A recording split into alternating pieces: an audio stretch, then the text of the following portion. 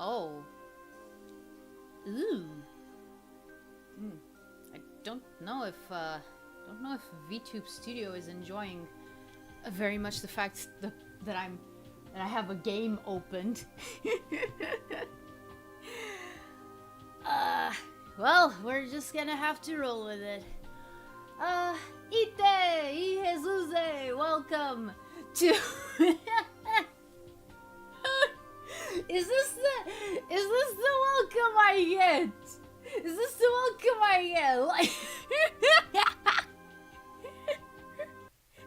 Like as soon as I start, nerd.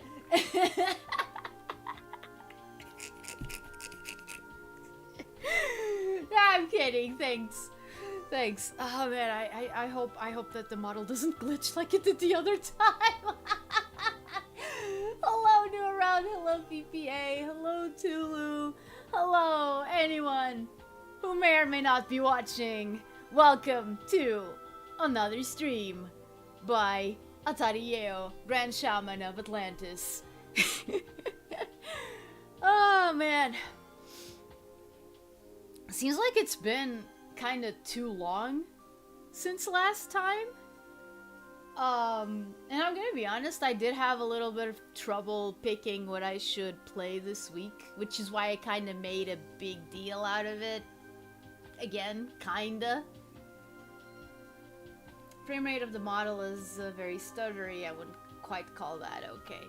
I mean, like, if it's what it takes for me to be able to play this, yeah, no, exactly, like, okay, so, because we have to keep in mind that I am still streaming from a 2017 laptop,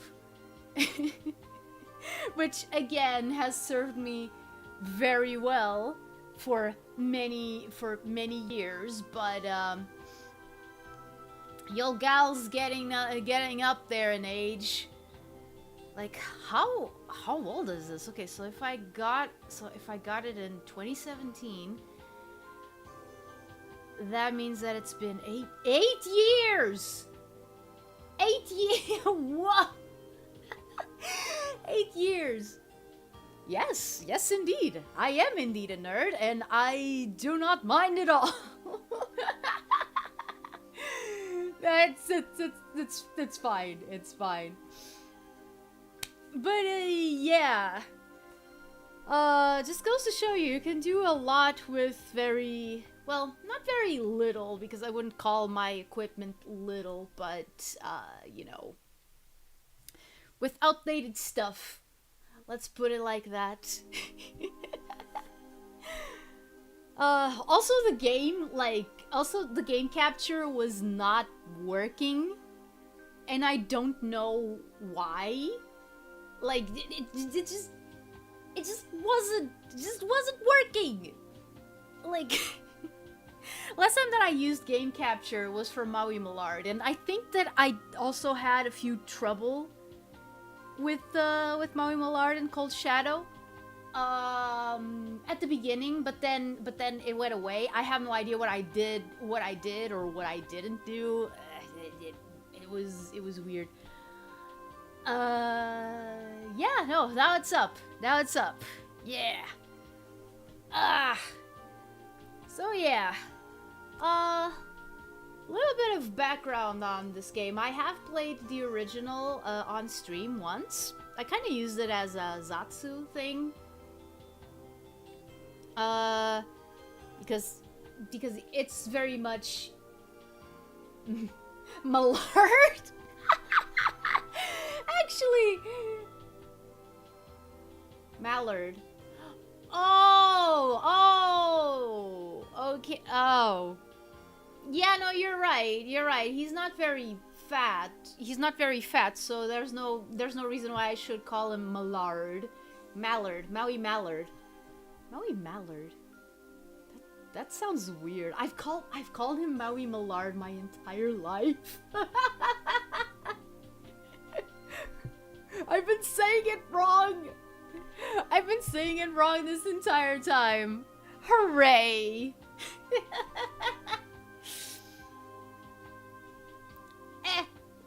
be worse. It could be worse. There's other pronunciation hiccups. It sounds more literal that way. Wow, it took you this long to figure this out. Yes, it did. Let's just say that mallard is not exactly a word that I... Wait a second. No.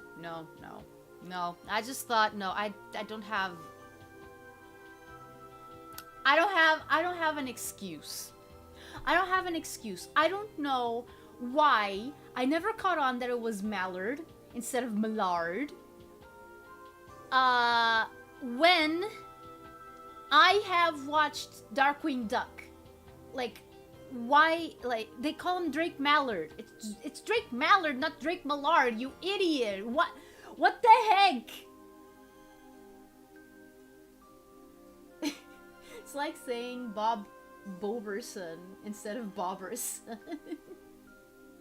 Yeah, no, like, apologies for my... I don't even... What do I call this? Like, English is weird like that. Yeah, I know. I know. I mean, there's a reason why even native speakers of English have trouble with it sometimes. Like, there was this one time where I was, in a fan Discord, for...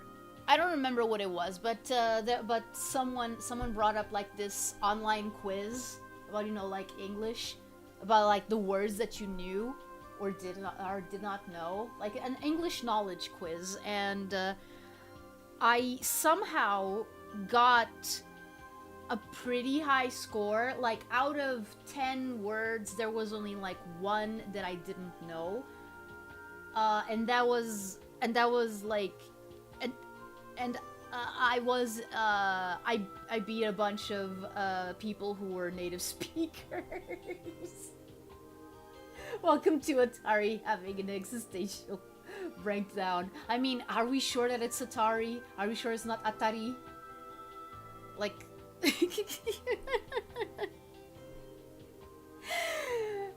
I mean, actually, no. According to the pronunciation that I've made up in my head, so if you go from I am a Hetari, it is indeed Atari or Atari if you want to pronounce it English, like, because that is the thing. Like, with my name, like, R's in Atlantean are Riz,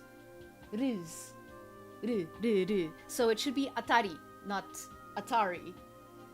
But it feels weird saying my name as Atari when I am speaking English. It's one of those weird things. Atari 2600 breaks down. I mean, I do think that the Atari 2600 is a pretty sturdy console, now that I think about it. I mean, it could have been pronounced Skyri the entire time. Yeah. I pronounced it the same way as you, yeah. Many languages have that, yeah. No, like, I find that it's much easier for me to adjust. No, actually it's the opposite. To not adjust my pronunciation when I'm speaking Portuguese. Like, for example, if I'm speaking Portuguese and I say an English name, I say the English name as it is originally said. Though apparently there are rules for that. Like, there's some rules in the Portuguese language that dictate how you should say certain things. Like, for example, names of cities, you should always Portugueseify them. It is incorrect if you don't, which is so weird to me. Like, for example, New York, you can't say New York to be correct, you have to say Nova York, which is weird. And then there's names that they don't Portugueseify. Like, for example, Washington, it's Washington. Like, like, I don't get it. The language rules are weird. Most consoles are. Wii's were absolute tanks. Nintendo consoles were sturdy as a way of child-proofing them. Yeah, no, as they should. I mean, the only console that me and my brother managed to wreck was a GameCube, and it was not because we like dropped it or anything like that. It was because, like I've mentioned before, we fried it. We fried it by playing Sonic Heroes for weeks on end without turning it off. So yeah, we fried it and the game. And that's not exactly something that you can proof that you can foolproof your console for. Except the Switch and the S's. Yeah, no, like, but I think that, well, the Switch, it's obvious, because, like, by the time that the Switch came out, the target audience was, you know, completely different. You can't really compare the target audience that the NES was made for, and even the original Game Boy was made for, to the target audience that the Switch was made for. I don't know about the Wii U. Like, you just said, Tulu, that the Wii was a little tank. Was the Wii U also, like, on the same level in terms of sturdiness? Because it sits right in the middle of, you know, let's child-proof everything, and, we don't need to think about that because the target audience is different, and, like, and older people who play games are not going to be throwing, like, the Joy-Cons at the screen or anything like that.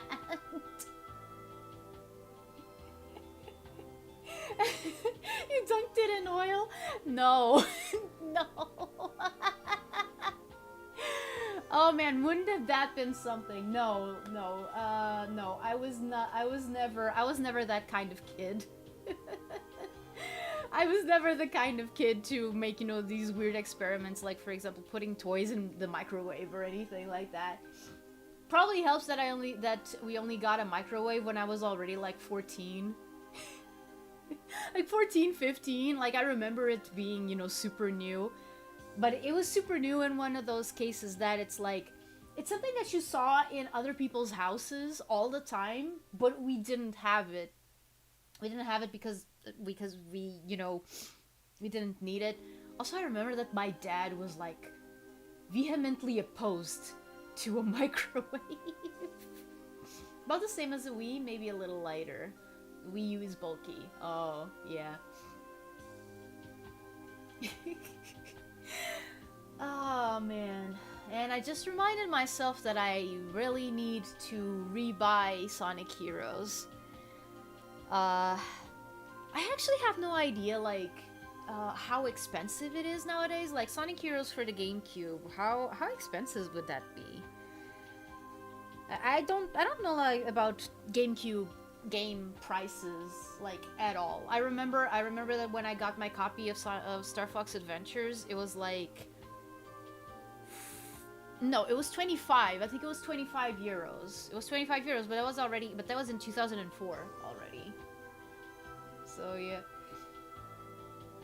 G.I. Joe stationed in the microwave to simulate Vietnam heat. Oh no.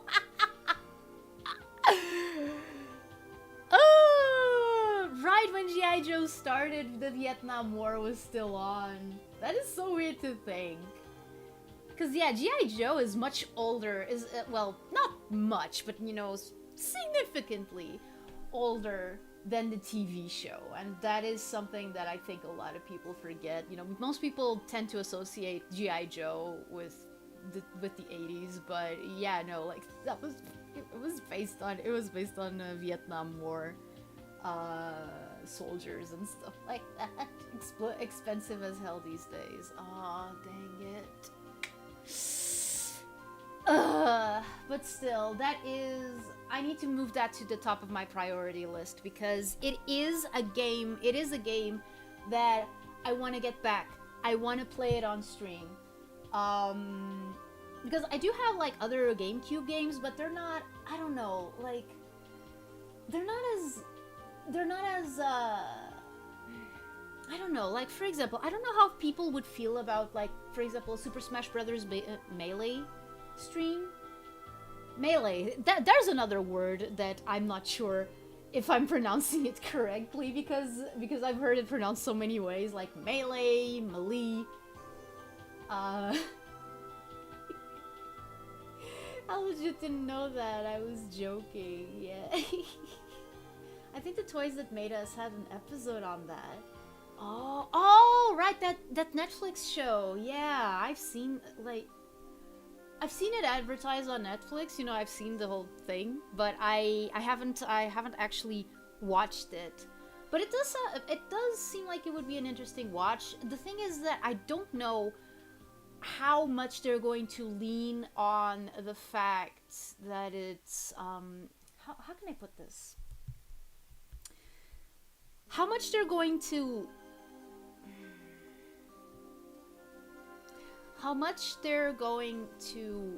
talk about the actual shows that the toys were associated with, or if they're just going to talk about the toys and how people played with them. Who pronounces it melee? I don't know. I know that I've heard that at least once. Thank God I didn't delete my save when my old disc broke, not getting the emeralds again. Oh yeah, no, like I need to mentally prepare myself because when I get Sonic Heroes back, when I go ahead and play it again, I am going to try to get the emeralds again. It's going to be a lot of fun, especially because I am not sure if the controller that I have is in good condition or not, because that's the thing about the GameCube controllers. They tend to melt. Well, not the entire thing. The entire thing doesn't melt, but the thumbstick, the left thumbstick tends to melt and get all sticky and gross, and I don't like it. But meh. Pronounce melee, that's how you say the word, and that's what the announcer says. Yeah, again, English has garbage spelling. Barely like special stages to begin with. I do genuinely like Blue Sphere though. Oh yeah, no, like I don't think that the Sonic franchise ever got to the level of Blue Spheres. I mean, think about Tomb and Bomb. Yep. I remember that when I was little, I did pronounce Tomb Raider in a very strange way. What was it? It was probably like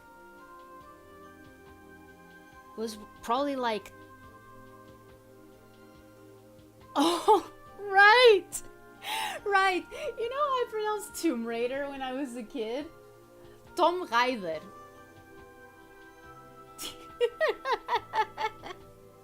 Again, I liked Tomb Raider. I wanted to play Tomb Raider when I was a little kid because I thought that Lara Croft was super cool. And it was not always that you saw a video game franchise with a female protagonist. Granted, I wasn't that much into video games, and most of the games that I saw that had, female characters were fighting games. That's also one of the reasons why I got into fighting games. It was because of the female characters. Because, again, I've mentioned before how I usually think that it's kind of boring if it's all girl or all boy teams or rosters or, Don't mind the Sonic 1 special mechanic. Oh, wait. Oh, yeah. Yeah, no, that one is fine. That one is fine too. Though the version of it that I'm more used to is the little bonus stages in Sonic 3 and Knuckles. I don't remember if those stages are from Sonic 3 or Sonic and Knuckles. I believe that they're from Sonic 3. Could be wrong though. It's been a while since I played Sonic 3 on its own. Just Sonic 3 without the and Knuckles attached. Ah, yes, my favorite side character, Tom Raider.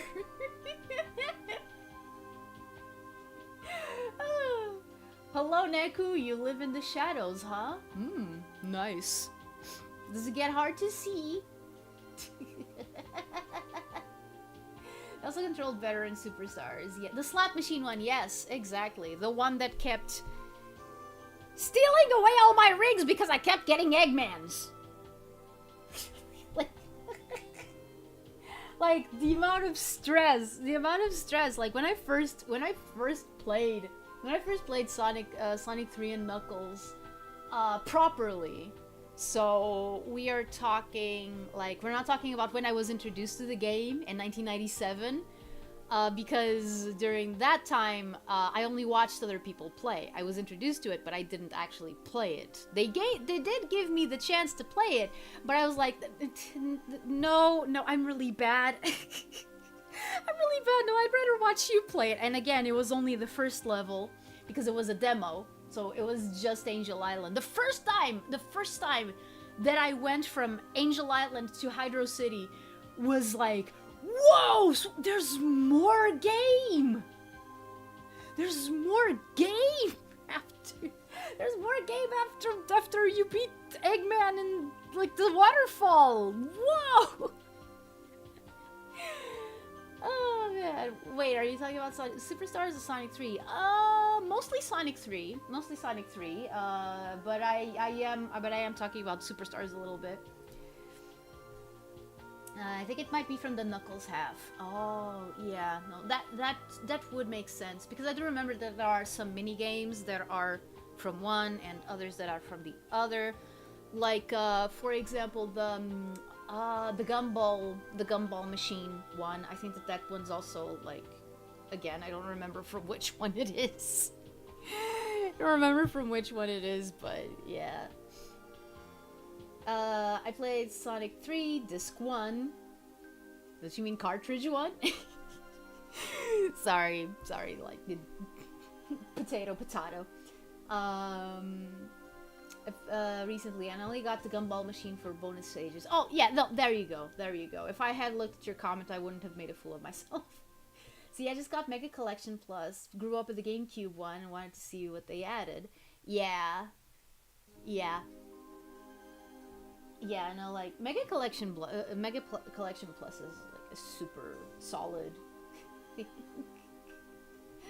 Hi, Danielle C. Good luck with work, then. And thanks for the hi. It's always appreciated. Well, I got a question. What's wrong with the gambling? You can win if you stay long enough. But if you don't have enough money to stay long enough, then you're kicked out of the casino, and then you can't gamble anymore. See, that's the problem with gambling. You need to gamble responsibly. They added some new games, a new UI, and more art and comic covers. Yeah, no, like, the song that I use in this screen, is from Mega Collection Plus. It's the one that plays while you're going through the galleries. So yeah, the first time that I used this was actually when I did Sonic, a retrospective on the Archie comic covers. It was precisely because of that, because I remembered that song, and I went like, you know, that song is perfect. That song is perfect for, you know, just hanging out and talking. And it did remind me of the Archie Sonic covers, which to this day it's so surreal that they are in an officially released Sonic game. I love Mega Collection for that alone. Unless you suck at gambling, you should be fine. Yeah, but that's the problem with gambling. Like, can you suck or not suck at gambling if it's random? You can be either lucky or unlucky. I mean, I know that there are some tricks. There are some tips and tricks that you can use to make sure you're not completely screwed over. I'm not gonna say that... Oh, fuck. Kiba! That's all that was missing, isn't it? That was all that was missing. Kiba. Okay, I'm going to open the balcony for Kiba, but I do have to warn you guys of one thing. Apparently, there's this fair going on in my hometown right now, and they're playing music, and it's pretty loud, so if you hear something weird, you'll know what it is. Okay, Kiva. There you go.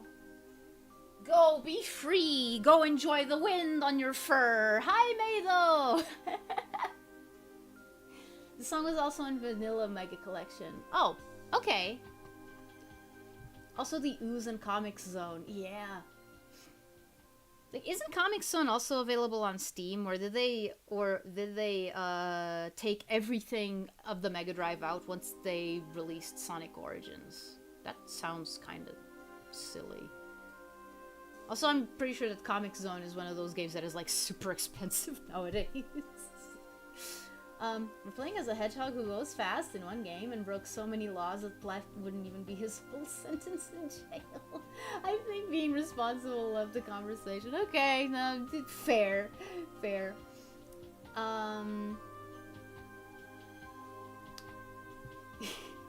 Yeah, like, again, Tulu, you're talking to someone who has read the entirety of the Archie comics.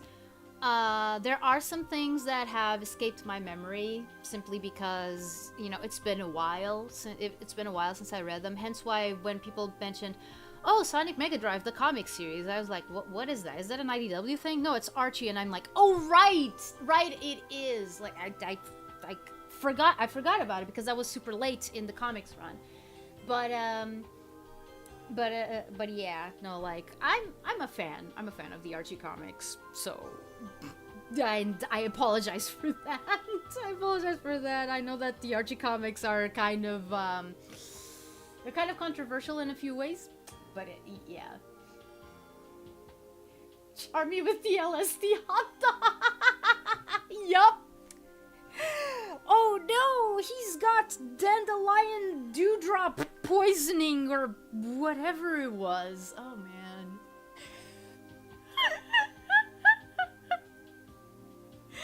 Dandelion dewdrop or whatever it was. Also Mado, Islanders New Shores is a game. It's a sequel to an earlier game named Islanders, simply Islanders, which is kind of like a chill city builder kind of thing. Like, it has a high score mode, but it's very much chill. It's very much chill. Like, you know, it's very simple. You don't have to think too much. It's one of those games, like, you know, they call it casual or cozy or stuff like that. The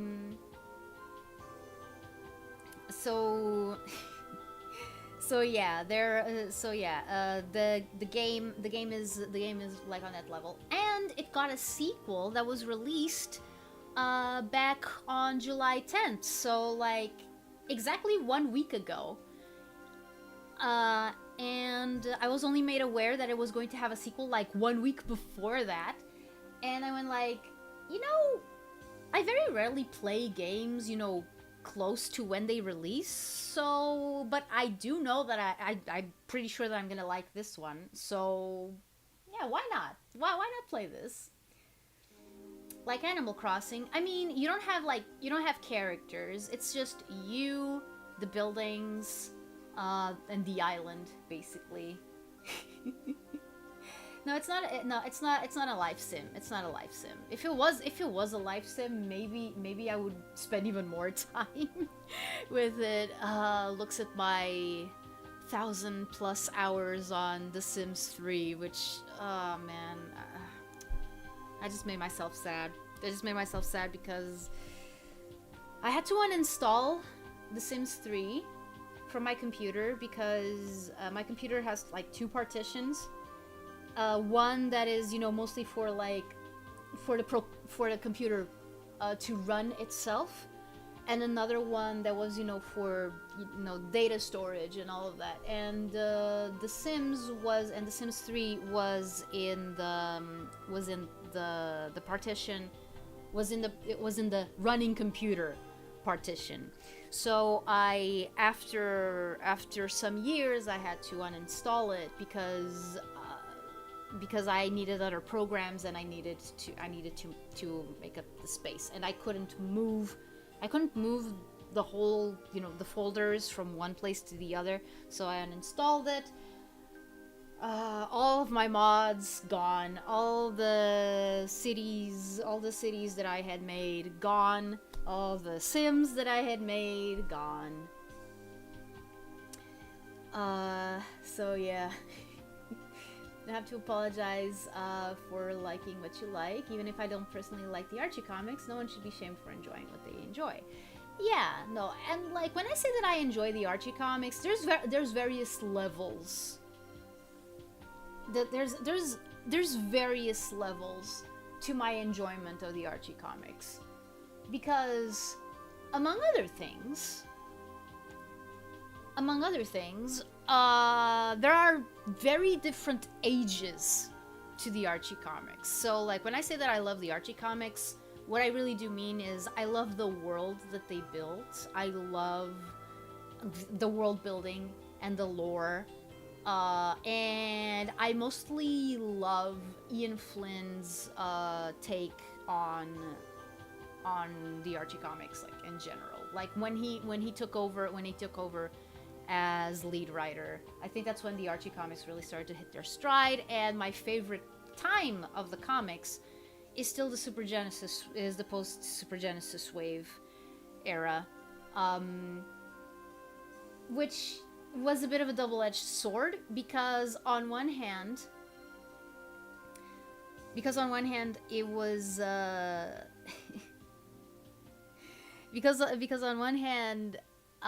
it was a fresh start, and fresh starts are always good, and you could really see what they wanted, from the beginning. But on the other, we did lose everything that was building up, for years. Like we lost a almost 25-year-old continuity, so that was sad. Yeah, it did. Konnichiwa. 僕日本語で話できる。でもちょっと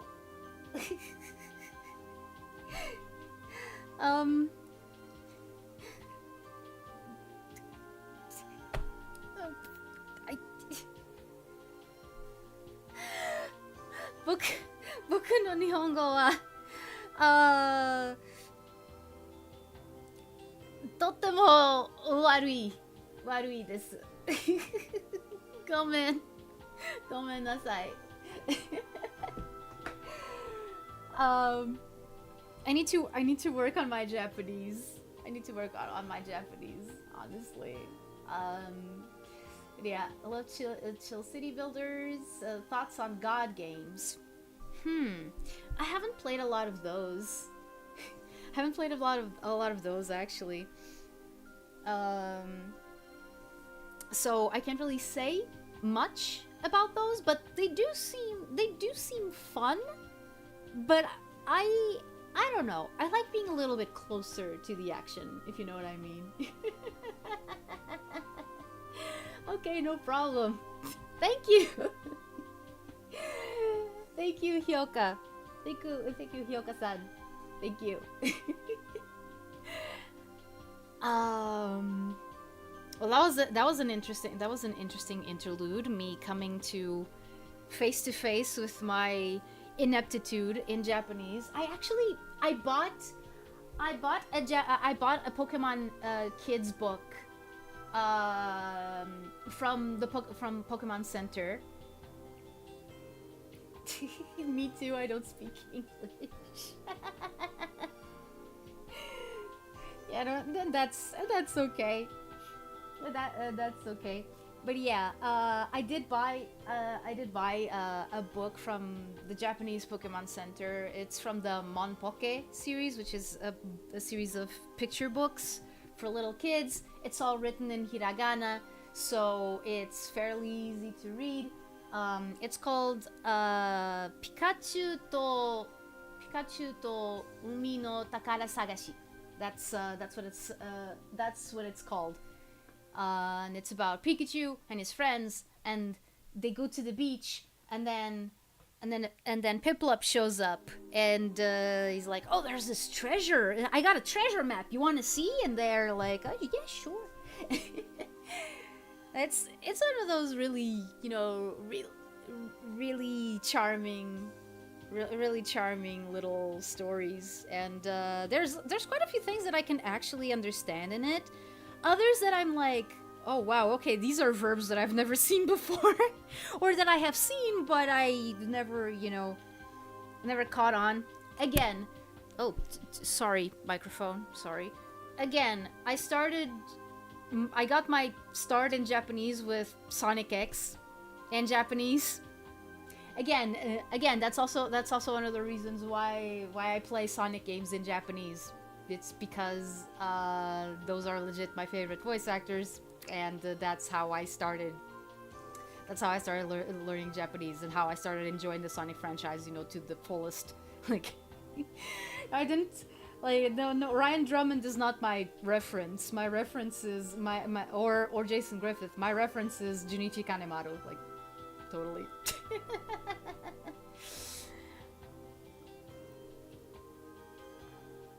If you look closely, you'll see that the kid behind you is Lucario. Yeah, he is. Yeah, he is. Lucario to Knuckles. あれは、あの子はルカリオ、その子はナックルズ。そして、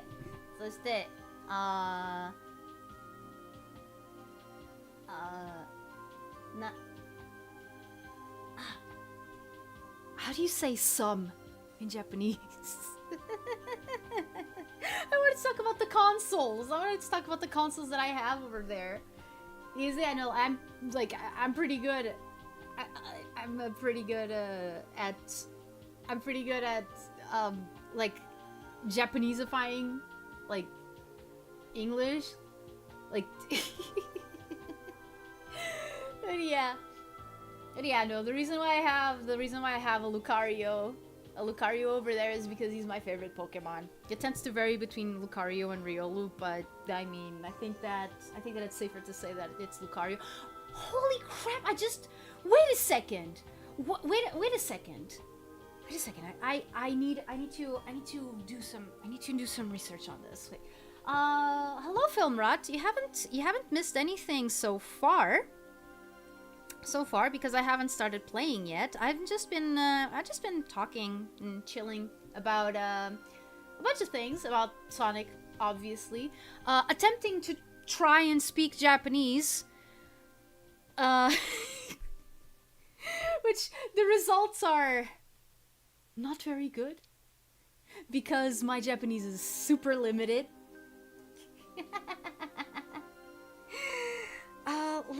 Let me check. Let me just check, because I think that we're pretty close. We're pretty close to a milestone regarding Lucario.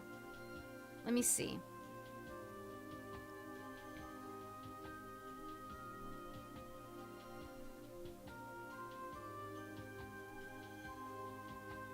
Let me check. Wait, what?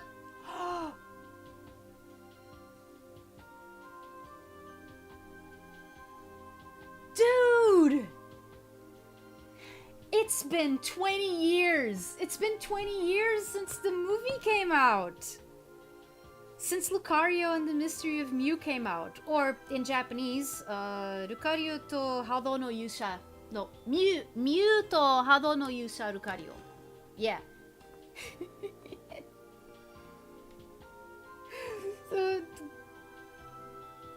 The movie was released on July 16th, 2005. It's been like 20 years. Yesterday. Dude. It's been 20 years since Lucario has been my favorite Pokemon. That is so weird. Holy crap. I mean, yeah, indeed it has been more than 20 years, because because I immediately latched on to Lucario once the first trailers for the movie were coming out, and that I think it was like in the beginning of the year, if not in February, then like March. Lucario was in a movie early. Yeah, he was. That's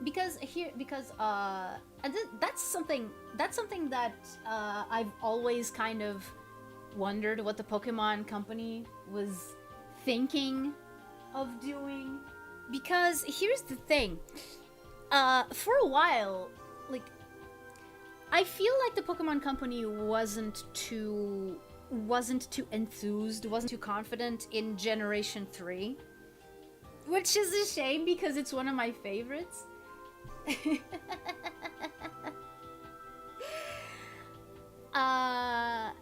And the thing is, yeah, and what makes me say that is because they started hinting at the 4th generation super early.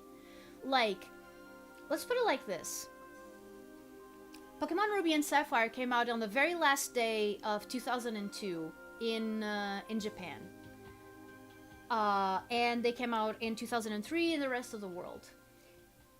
By 2004, so 1 year after, in the Destiny Deoxys movie, which I don't remember the Japanese name of. What was it? Wait, I have the DVD. I have the DVD here. I can just try to read the title. Hold on.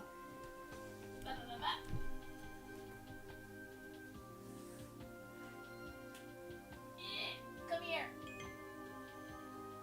Come here, my Advanced Generation DVDs. Ah! Okay. Okay, here we have the Jirachi movie.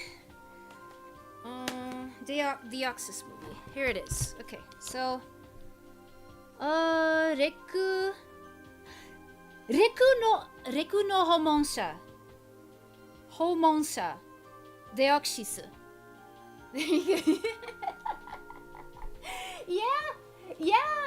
Yeah, thank you so much, Hyoka. I get along with you. Kawaii Vtuber dashi. Arigatou gozaimasu. Arigatou, Hyoka. Hyoka-san.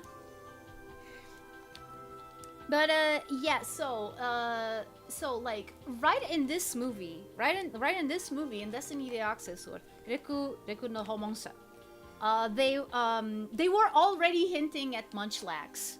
Like, they put Munchlax in a very prominent, not exactly a very prominent role, but they advertised the heck out of Munchlax.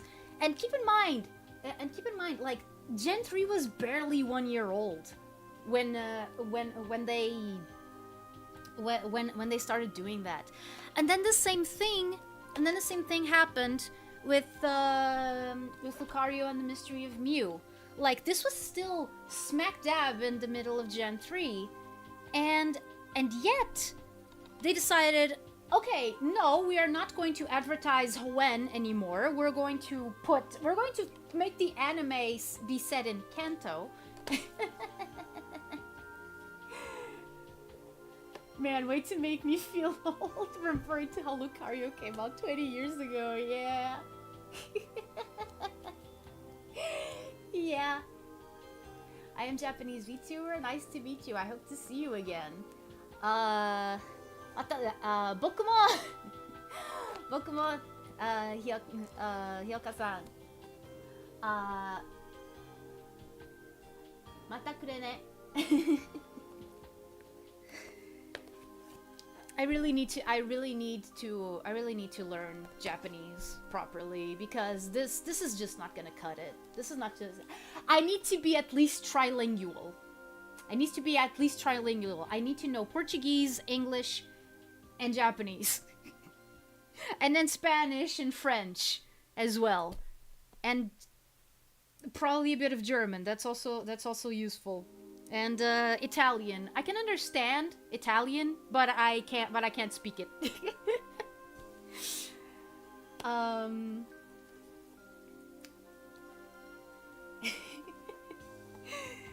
But yeah, no, that's sorry for the DVD noises.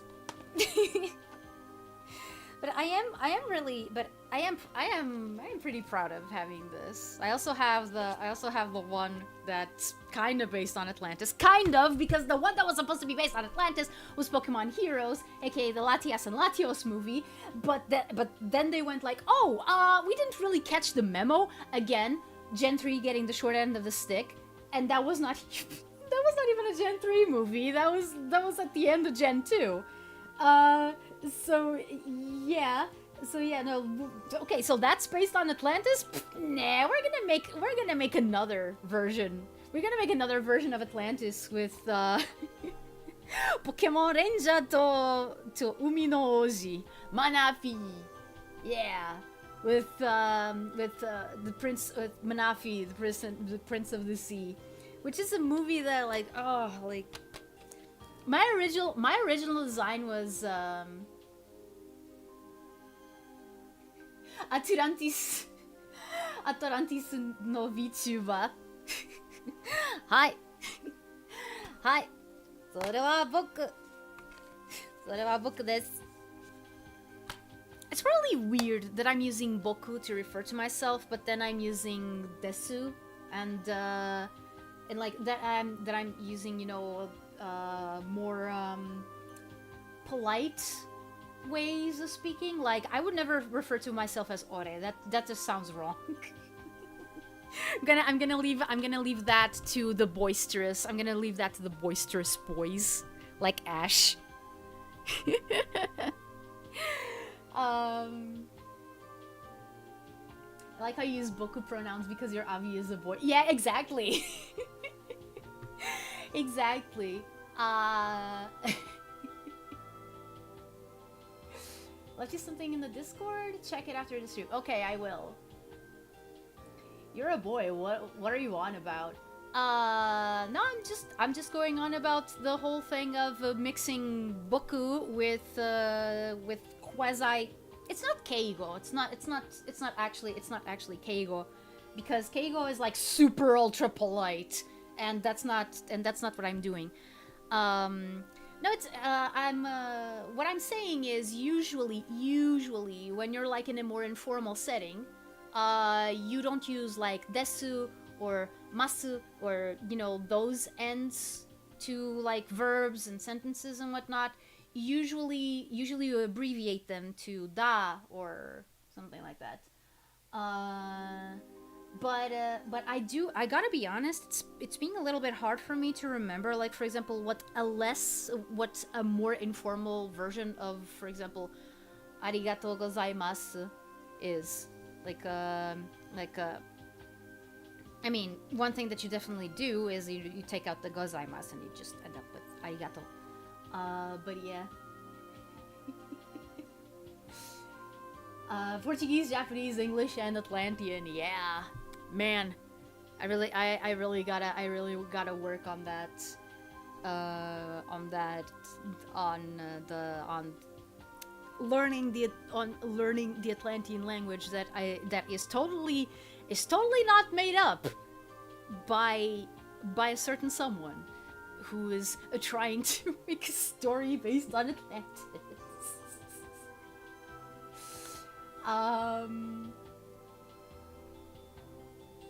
Number of people didn't like Gen 3 when it was released, but compared to what we have now, it's not so bad. Yeah. Oh, osu. Os is short for arigato or for ohayo or both. Yeah. Wouldn't the shaman naturally be more informal than casual anyway? I mean, depends on the shaman, because like I usually say, yeah, I'm a shaman, but I'm also like an equivalent of a high priest. Like in Atlantean society, so like I'm kind of in a weird position. I'm kind of in a weird position when it comes to that. Picking up these movies has made me want to watch them again. And in fact, remember how I did the tier list of for the Disney movies, for the Disney animated canon movies? That's another tier list that I want to do. I want to make a tier list of all the Pokemon movies, especially since they've stopped doing them, which is a shame. Like, why did they stop making Pokemon movies? I mean, you can't really use the pandemic as an excuse. That's why a Pokemon movie didn't come out at that time. But that doesn't explain why they stopped completely afterwards. Because, like, the pandemic has been over for at least 3 years. Like, what? Like, for an anime movie, that's more than enough time to make a new one. For better or for worse. Okay, new round. Go deal with that. Go deal with that. High Priest would be even more informal. Oh, no, you mean formal. You mean formal. Informal means the opposite. Pokemon movie tier list would be fun. Yeah. Like, I have no idea how...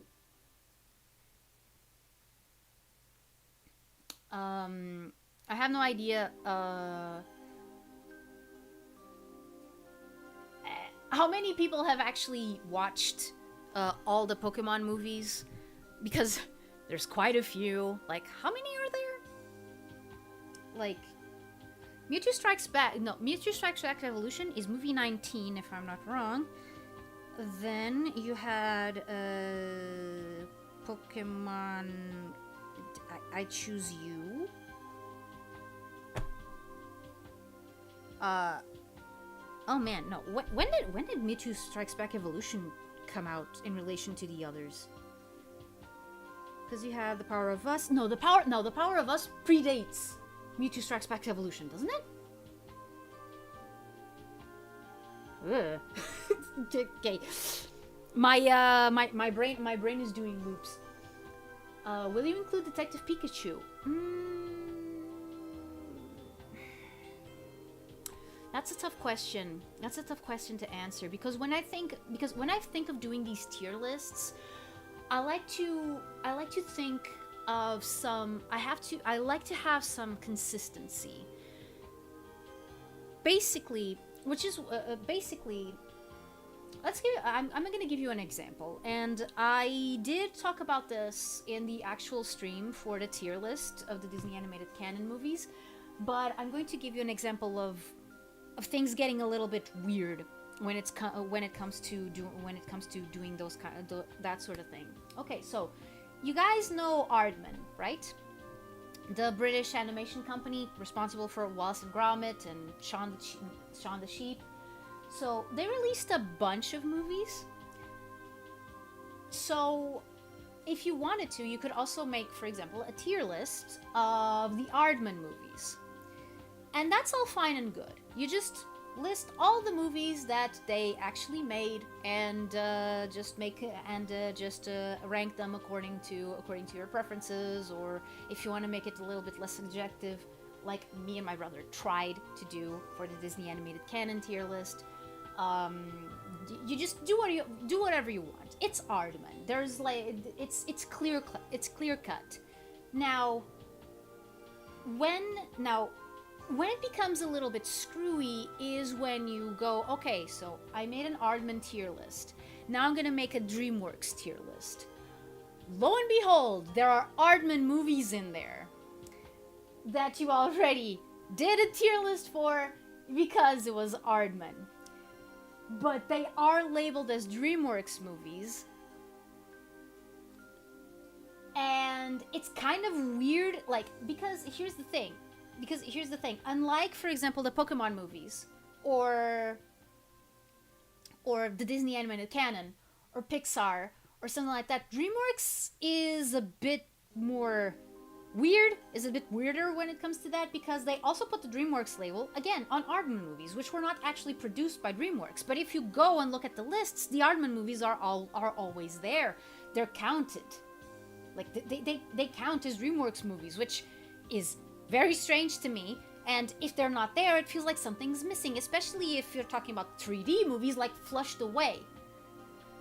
And then, if you try to do that with Sony Pictures Animation, then you go and have the exact same problem, Because Arthur Christmas is there. And Arthur Christmas is also an Aardman movie, which would also be in the list of the Aardman movies. Like, you see what I mean? See what I mean? So, for a list like this, you could argue, yes, Detective Pikachu would make sense to be there, but that makes the list inconsistent because every other movie was made under completely different circumstances than Detective Pikachu. Detective Pikachu is more comparable to I actually don't know who released Detective Pikachu. Was it Warner Brothers? Okay, I'm gonna have to check real quick. I don't really see the problem. Why not include the movies in both lists? Right, I forgot to get to that point. Sorry. Because when I do these lists, what I like to see is the evolution of a certain company, of a certain animation studio. And if you have movies from all sorts of different companies and all sorts of different animation studios in that list, then that aspect of it kind of gets thrown away. Because yeah, you can rank, you know, you can, for example, put Detective Pikachu next to Mewtwo Strikes Back Evolution and try to see which one is the better of the two, because there's nothing saying that you can't compare movies from completely different backgrounds, different animation teams, different, like, I can sit here and compare, I don't know, like Teenage Mutant Ninja Turtles Mutant Mayhem to, for example, The Secret of Kells. I can do that. There's nothing stopping me from doing that. Doesn't change the fact that Mutant Mayhem and Secret of Kells were made by completely different studios, and if I want to bring a little bit of history into it, then, well, of course I'm not going to compare those two movies. They have nothing to do with each other. So yeah, I can see why it'd be a mess then, like why the Sonic OVA is different from the Paramount Sonic movies. Exactly. Like, Sonic OVA kind of stands on its own as a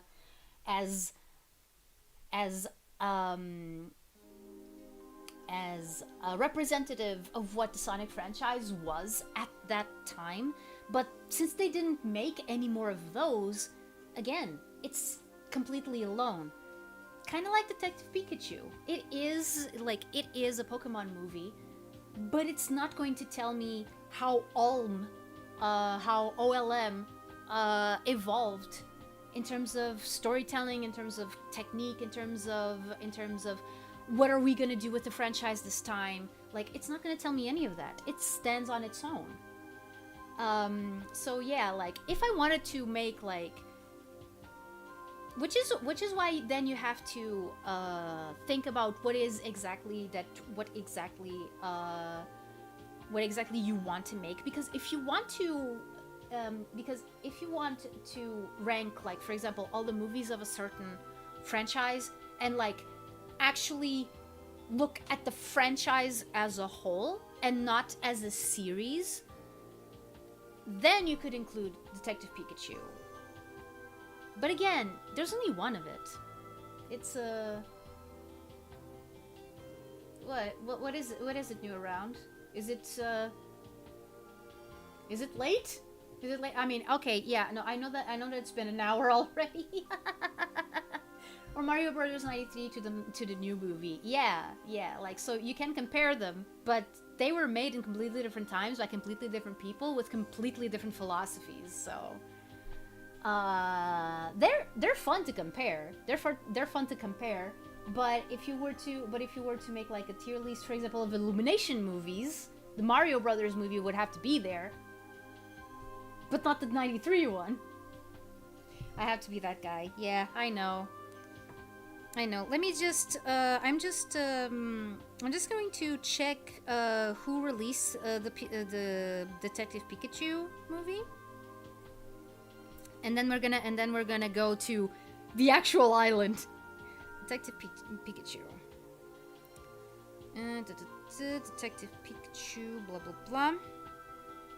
Starring, blah blah blah. Edited by production companies. There you go. Yeah, Warner Brothers.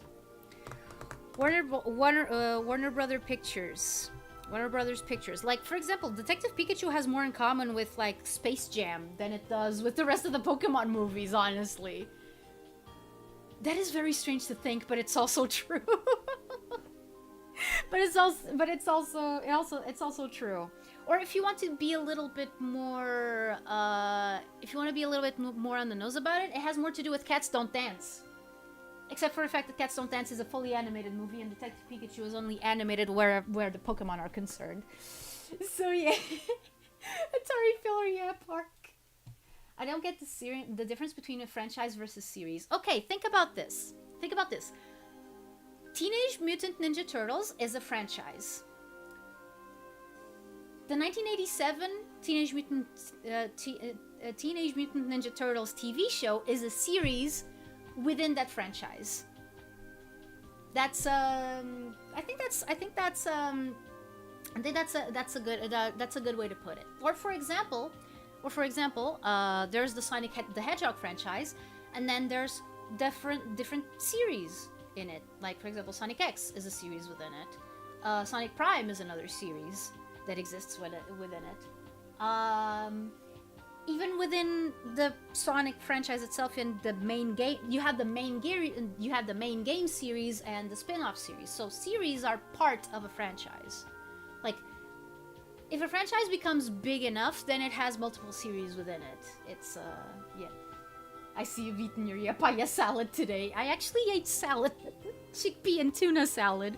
That was my lunch.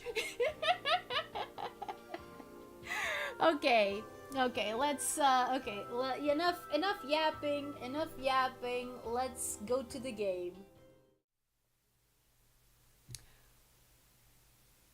My face froze in a weird position. Okay. Islanders New Shores. Let's see. Oh wow, it's even worse now. Hello? Model, will you close your mouth? Okay.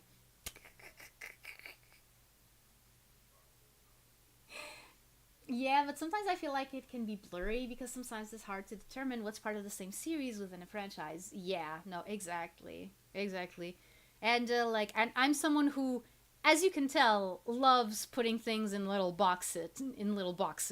Like, okay, so this is this thing, and that is that thing. Hence why I get so confrontational whenever someone goes like, oh, but Pixar is Disney. And I'm like, no. No, Pixar is not Disney. It has never been Disney. It has been distributed by Disney, but it's not Disney.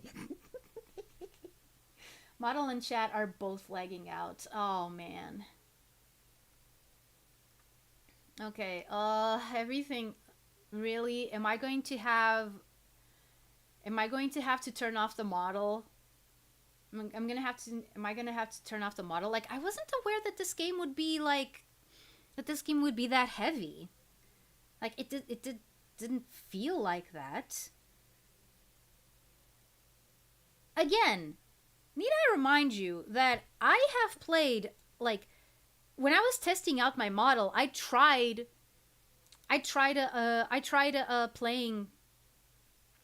playing Sonic Forces, and it worked. Oh boy. Oh, it's not just, oh dear. Oh dear, this is not good. That's a very typical ADHD thing I've found. Putting things into boxes to categorize. Yeah. Okay. I think that what happened now, like, because the model isn't lagging anymore, and I think it's because the game is not the active window anymore. Yup.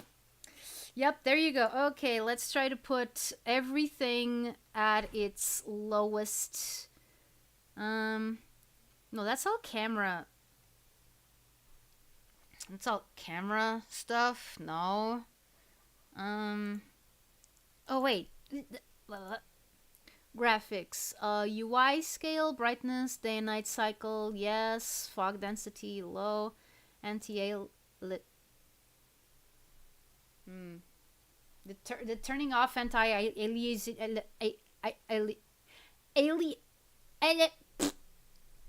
Did I mention that I'm not a native speaker of English? Okay, facade, no. Key binding, no. No. UI scale, brightness, oh, quality! There we go, there we go. What? Low. Let's put it in the lowest. Let's put screen mode windowed, because if I do frame rate, let's drop that. Hello? Oh, please don't freeze with my face like that! Oh. Other VTubers with potatoes usually switch to simple PNG if their PC can't handle both the model and the game. Yeah, I think that I'm gonna have to do that as well. I'm gonna have to do that as well, because yeah, no, this is game is not one. The game does not want to game. Game does not want to game. Okay. Let's go get a picture. Let's go get a picture. Genuinely thought you were. Your accent doesn't sound foreign. Oh. Thank you. Yeah, apparently you did. Like, I mean, it's not so nice when I put on the game. I start freezing, as you can see. No, it's already windowed. It's already windowed. No, I can't escape it. I'm gonna have to get a PNG. Ah, dang it. Okay. It's a good thing I have a few. I could use the same one that I maybe this one? Let me check. No. No, I want a smiley one. But also not one that makes me look like an idiot. Okay. Okay, you're gonna have to be looking at my stupid face for a while, okay? Double Atari! What does it mean? Double Atari all the way across the sky. Why, so intense. Okay. Goodbye, VTube Studio. I'm sorry. I'm gonna have to not move. Okay. Okay, I don't think... Okay, this is not too bad of a face. This is not too bad of a face, is it? Oh, what? That's too tiny. Okay, no. Let's make it a little... The rare double Atari! What does it mean? Double Atari all the way across the sky. Why, oh my god, look at that Atari. Okay, okay, I think that's okay. I think that this is okay. This is fine. Dang it. I was really hoping, like, because like the original works fine. I can have my model and the original going at the same time. See, this is one of the reasons why I prefer to play console games. Because then my PC is free to deal with all the other stuff. All it has to do is to transmit the picture that it's getting from the capture card. Oh, hello, Faxtalogia, welcome. Sorry for my still face. Okay. Also, welcome, Nando. Like, I'm sorry. The lifelike wax figure of Atari, yeah. Dang it. Okay, let's turn on the desktop audio as well. So you can listen to the nice... The numbers, Mason, what do they mean? Okay. So again, Islanders, New Shores. I love the original. Let's see what they made up for the next for the new version. Yeah, no, let's go high score. Let's go high score because that's a pretty good way of experiencing what the game has to offer. Some people have dual PC setups to do that on PC games, but I don't have stonks for it. Neither do I. Neither do I. Welcome. Move the camera with... Oh. No thanks. No thanks. I'm going to be using my mouse. Thank you very much. Oh, wait. Did it? Yeah. Okay, yeah, we did that. Well done! Now show me you can rotate the camera using Q and E on your keyboard and, yeah, no. Rotate. There you go. Like, the controls are not that different from the... from the original. Zoom the camera in and out with the scroll wheel. Yeah, I've already done that. Ah, okay. We can finally play the game. I mean, I guess one of the reasons why I like this game, well, at least why I like the original should be obvious. Like, and from what I've seen, there is one thing. There is one thing about this game versus the original that I've noticed when it comes to like my own stuff. Like, I do think that the aesthetics of the first game are more in line with what Atlantis is like than this one. Okay, brickmaker or brewing pack? Let's go brewing. Let's go brewing pack. It's already sunset? Dude, that was fast. Okay. Okay, so going by what I remember from the first game, so wait a second. No. I don't remember if you're supposed to put on the two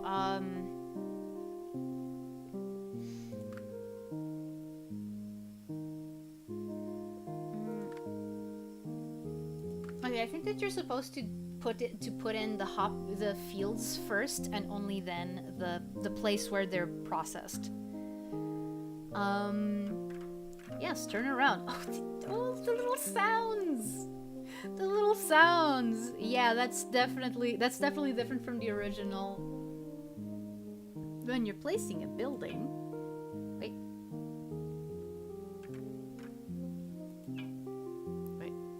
Oh.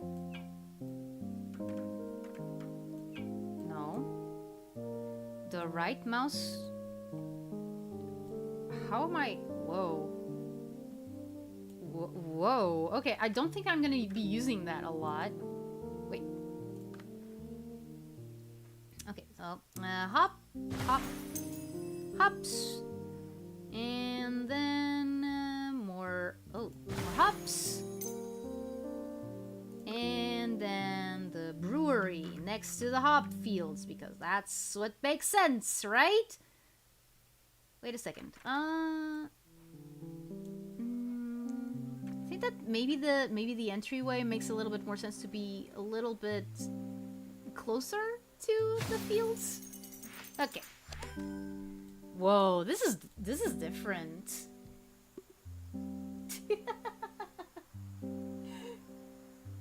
The two possible island metas: Atlantis, Azores. Yeah. Time to get absolutely smashed. Heck yeah. Yeah, the first thing that you do when you move into a new island, what is it? You make sure you have beer. Of course. Fill up this meter with points. Yeah, I know, I played the original. The journey ends when you run out of things to build. Yeah, I know. Yeah, no, let's go seaweed farm. Seaweed farm, seaweed farm. Like, also, yeah, it's like SimCity. But a lot more simple and a lot more chill. Oh, wait, oh, they added these little spots where they have fish. Like, before, like, in the original, you could just put, like, the fishing cabin, like, anywhere on water. But now, okay, so now you actually have the little fishies, over there.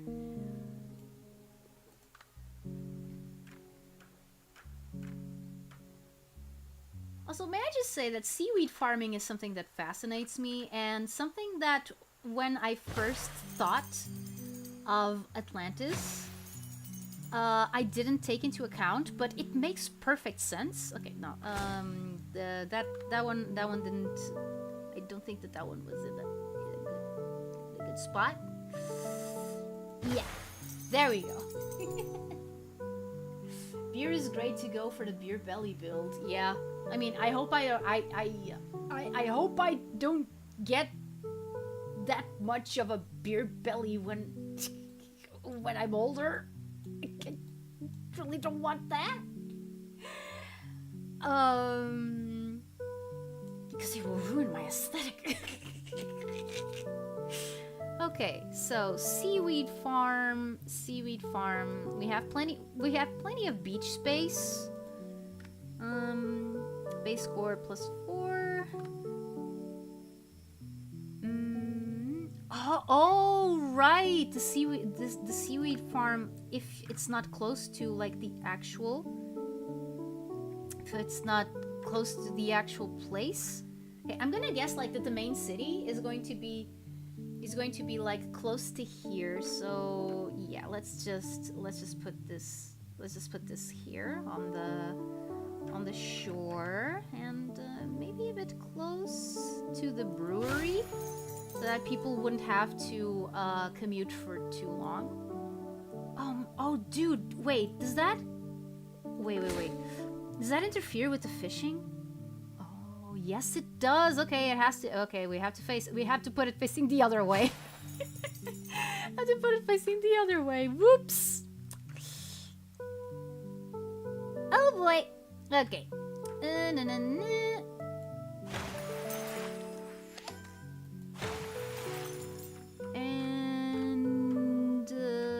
let's put it this here. There we go. Seaweed. 50% sea, 50% weed. Every day. SpongeBob getting high on seaweed.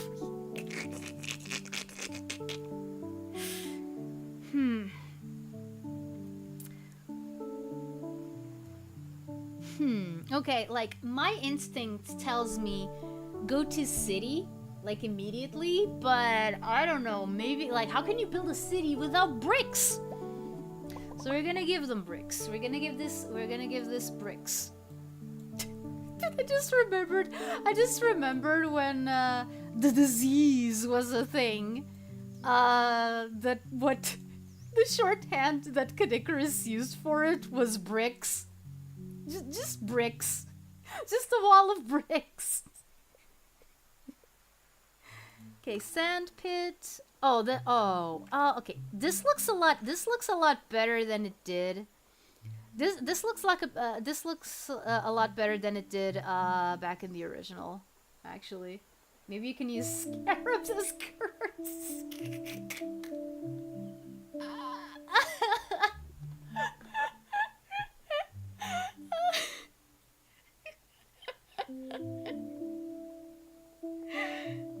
You know, I just thought of something. Okay, so I think it's no secret that a lot of what I'm doing, you know, aesthetically, like, I was inspired a lot by Star Fox Adventures. I've never made a secret of that. But just now, Just now, I thought of something. I never questioned why they used scarabs as currency. And just now it clicked. If you're using not just Mayinka Tech architecture as your base, if you're bringing in Egyptian architecture as well, then yeah, scarabs would be a shoo-in for the currency that you're gonna use. Like, it makes sense.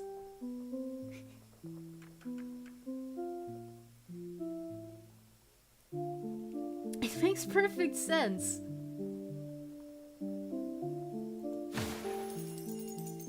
I have no idea if that looks good over there.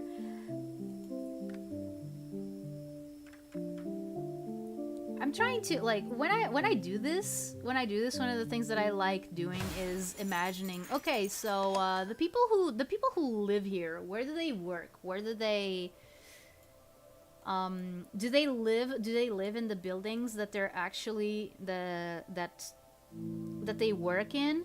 I know that, like, in ancient times that's what was normal. You would basically live in your place of work as well.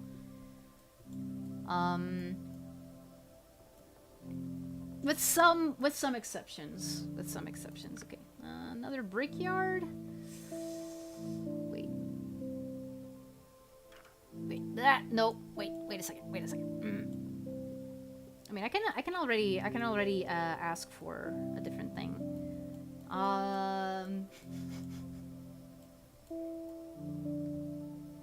Isn't seaweed ash really good for bricks? I don't know.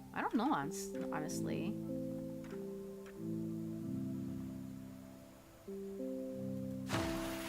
That is indeed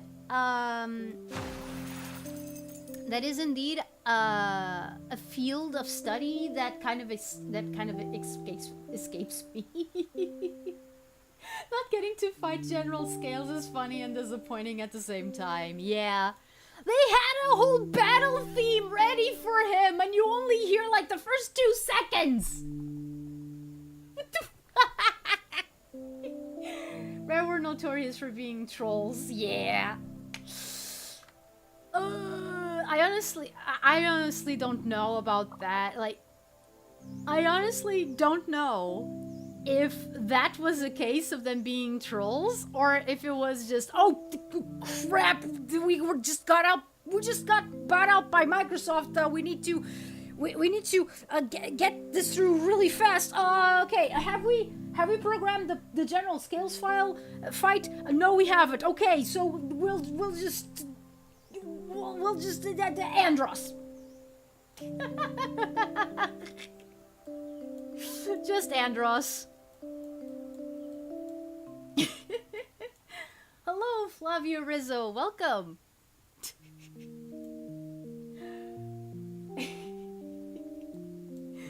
But yeah. Let's see. Okay.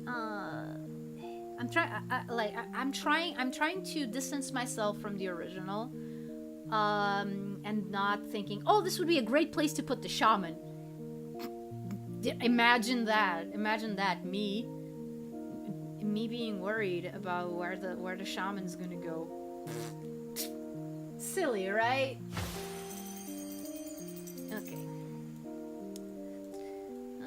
Wait a second. Is there a better place to put City Hall?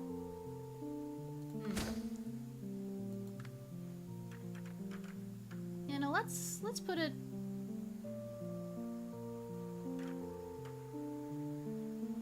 Let's put it over here. Still got all the points.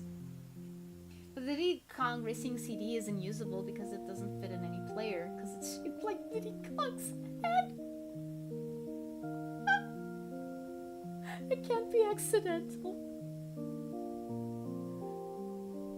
What? They actually did that. They actually cut a CD in the shape of Diddy Kong's head?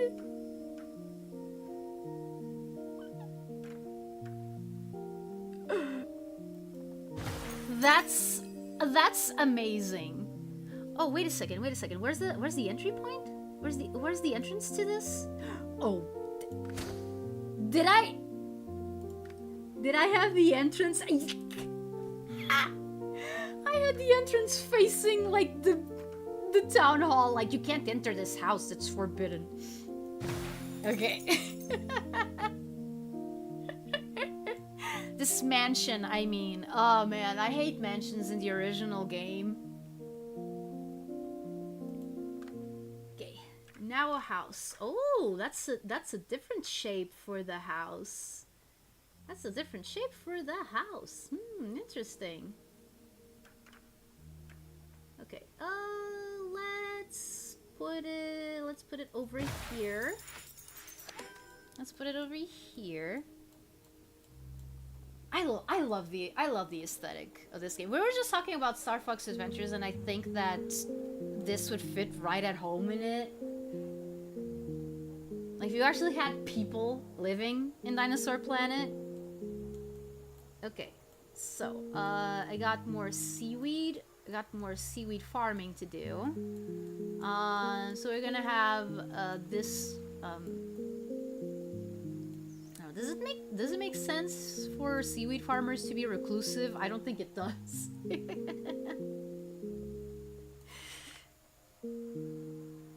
Okay, let's be able to do that. Okay, yeah, click the compass when I'm ready to continue my new journey. But I am not ready to continue my new journey. I still want to see how far I can take this. Okay. Wait, why did it turn? I didn't mean to put it. I didn't mean to put it like that. One thing that I definitely need to test out. The sandbox mode. The sandbox mode, because one thing that was a little bit annoying about the sandbox mode in the original was the fact that you couldn't dang it, lumber pack, huh? I mean, there's, yeah, no, I think I'm gonna go mason. I'm gonna go with masonry. For the sandbox mode, there was a little bit of a problem, and that was you couldn't pick what buildings you wanted. Like, it was exactly like this. Like, for example, okay, so I just picked a house, and that's the shape of house that it gives me, and I can't do anything about it. Like, it's always going to be this. It was determined. It was five-told by the RNG that this is the shape of the house, that this is the shape of house that I'm gonna get.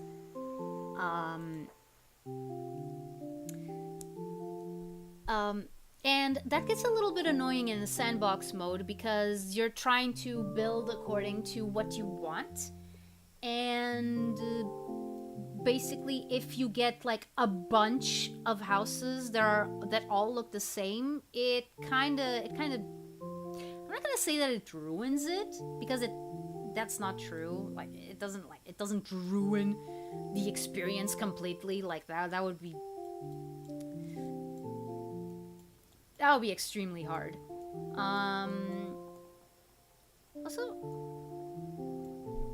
I just noticed that the original game also had this, but it was a little bit harder to discern. So yeah, you have ruins here. Like, I'm building on top of ruins. Interesting.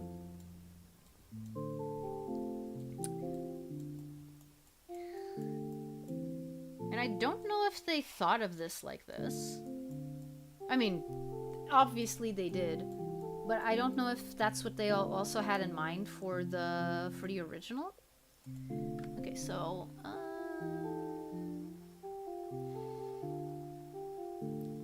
okay. Okay, let's see if there's any room here. Where did I put town hall? Right over there. So yeah, mason, Harry Mason. Okay. Wait. Huh. Okay, that's not completely ideal, but I'll take it.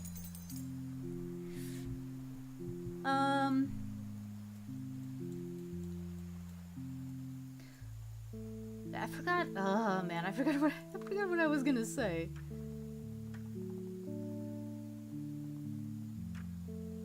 Ooh, it does. Oh, it doesn't fit. It doesn't fit properly.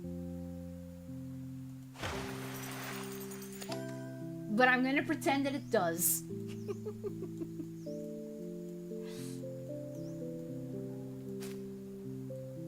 But yeah, no, like this kind of aesthetic, and again, it does remind me of Star Fox Adventure, so it's doing something right. Okay, we are going to put you. Oh man, really? In order for me to get to those many points, I have to. Okay, no. Okay. Now let's imagine that this is the mayor's house. Wait a second. Let's make it so that the corners line up a bit better. And another house again. This one is the exact same shape as the other one, which is again not ideal because of, you know, the RNG. But still. What's on this side? Oh, okay. It does make sense. It does make sense for the house to be facing this way because, yeah, houses. This feels like it's more of like a communal thing. That's kind of like there's multiple families living here. At least that's the idea that I get. There's only one door though.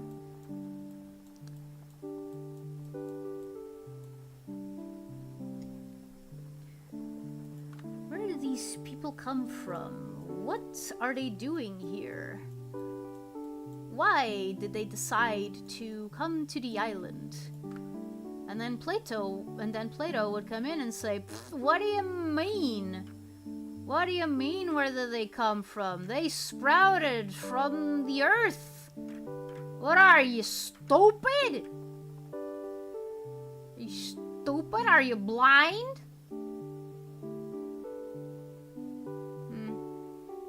It feels bad putting this so close to the shore, but again, this is only the first island, and we're just going through the motions, Biddy. Okay, you around? I will. I mean, I'll try. It's kind of hard to not have fun with this game. I mean, again, if it is as similar to the original Islanders as I think it is, so far it does seem like it is being pretty much in the same line. Also, I have another city center, which means that just this tiny little place is going to have 2 cities already. Interesting. Okay, lighthouse. Prefers open spaces.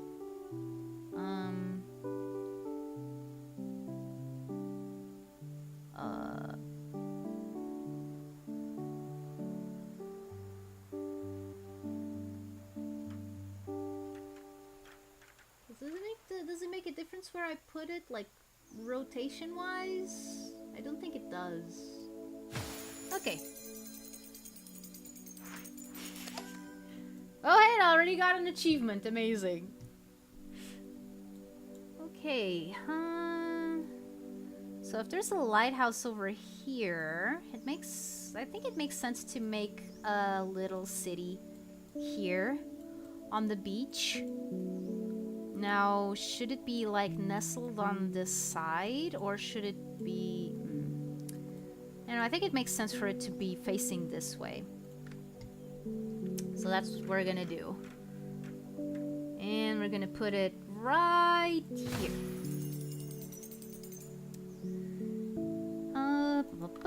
And again, the mansion. Mansion's gotta go close to the city center, otherwise they give you not a lot of points. Mansions are frustrating.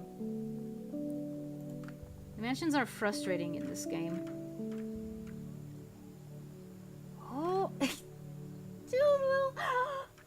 little terraces and balconies. Look at that. Is it a bad time to say that I absolutely love dollhouses, and that's one of the reasons why I love this game? because it's just like, man, this is my jam. Let's have this one facing the city center.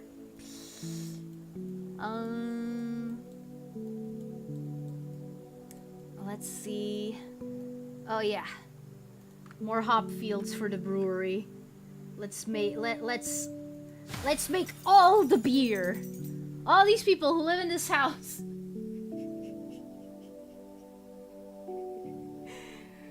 Okay, maybe I should specify. It's not just dollhouses that I love. I love miniatures of things. I love miniatures, and dollhouses fit right in. Oh wow. Took that. That's a long time until the farming pack shows up. Like the original, the farming pack was one of the first choices. Usually it's the farming pack and the lumber pack. Okay. I don't have a lot of room for farming though.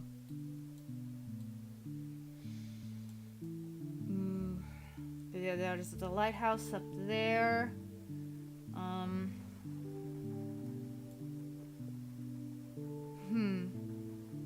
Discourse +2. Unblocked ray? What does that mean?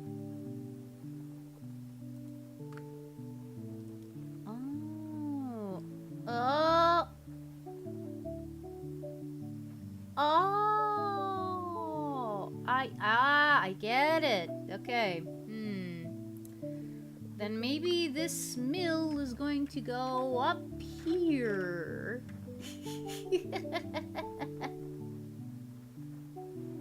This mill is going to go up here.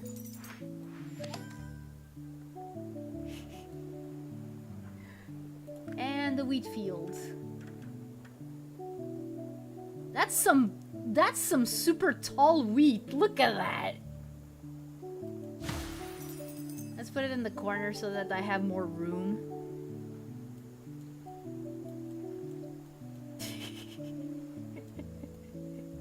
Watch as I just destroyed my credibility by admitting that I like dollhouses and miniature stuff. Okay, more house. I think that this place needs more housing than the other town over there. Let's see. Wait.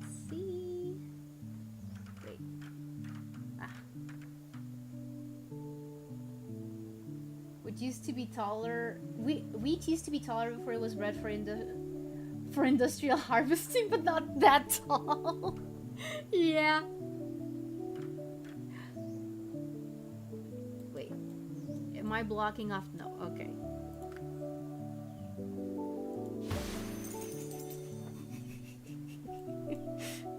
Like, because, yeah, if you compare... Excuse me. If you compare the size... Compare the size of this doorway to the height of the wheat field. Like... This wheat is the size of 2 men.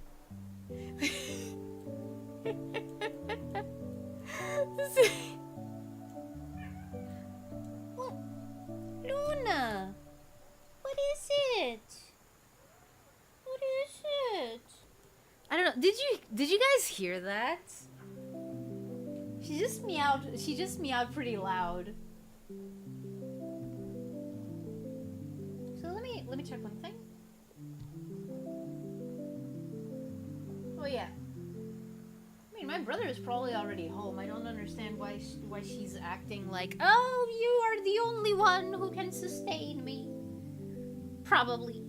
Maybe. Okay, but let's see what... Haha! Look at that! I mean, of course I'm gonna go for the shaman. Oh, there's two! Two shamans! Two shamans. Okay, so there's one place that I've been kind of saving for a shaman, and that is up here, because you get more points if you put the shaman next to flowers. Where's that -7 coming from, though? What is that? Wait, is that... Is that why there's Shaman King flowers? Let me see.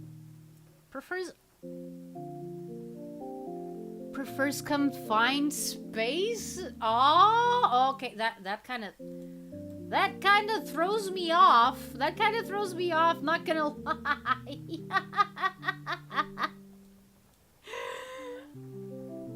Oh man, like all this time I thought, oh, we're gonna go to the shaman of the mountain. Ooh, you have to pass through trials and tribulations to get to him. Because you have to do like the 10-mile hike, and then you still have to go up the mountain and stuff, and this shaman is like, nah, I'm good. Yeah, I'm good. I'm just gonna stay in this cave. I'm just gonna be the shaman of the cave, and it's like, okay. Also, shaman, buddy, how do you feel about being close to the brickyard? Apparently he feels, neutral. He feels neutral about it, so yeah, that's where we're gonna put him. This feels wrong. This feels wrong, but the shaman's so close to, like, the industry. Like, I was saving that spot. I was legit saving that spot for the shaman. Wait a second. Maybe there's a different place where I can put him and still get a few points.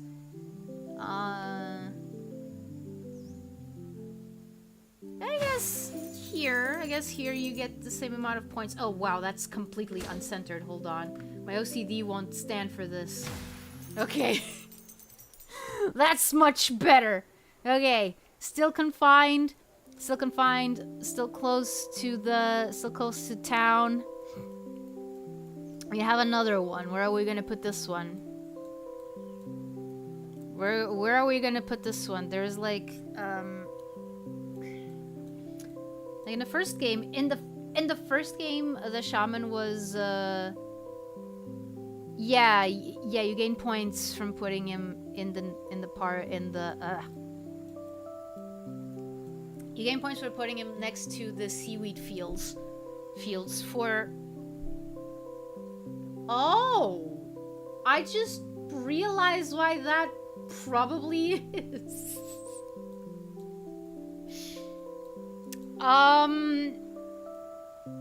Seaweed. Get it? Get it? That's why the shaman feels comfortable close to the seaweed fields.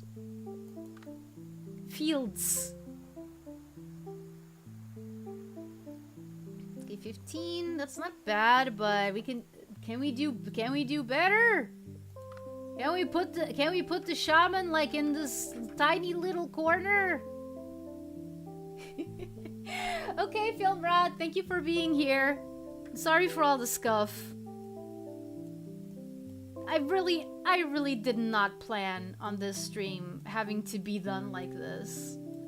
Like, this is with my stupid face. With my silly face, like, over here. Okay, I guess the 15 is the best I can do. Okay. to visit the shaman. He's on the other side of the island. What other side? There's two. Oh, right. Well, whoops.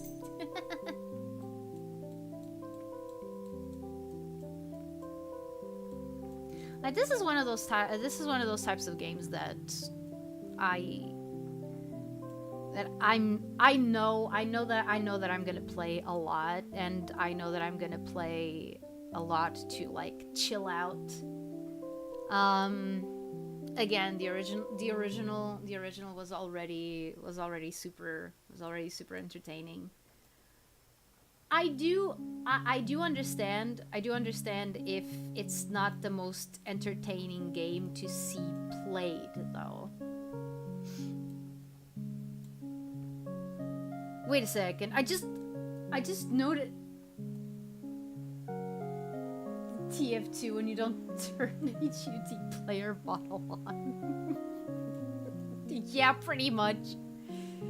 Okay, why did you give me another city center? I don't think I have room to make another town. I mean, I kinda do over here, but but there's nothing. There's no. What are the people gonna do? How are they gonna work? Oh wait, there's a brickyard. Right, I haven't used this brickyard yet. But I don't have the Oh wait! They're gonna be masons. They're gonna work on stonemasonry and stuff.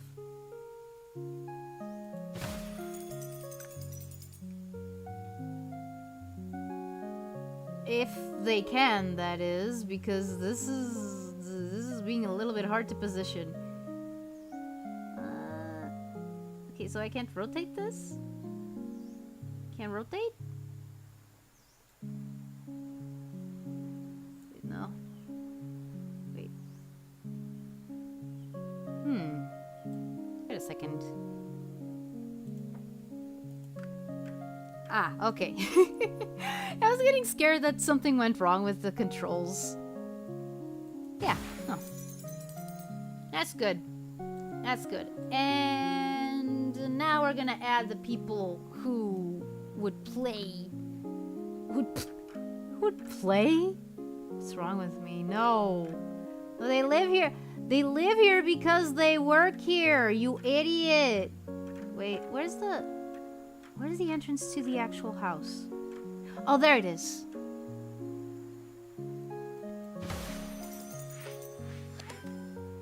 See what I mean? I just got two houses.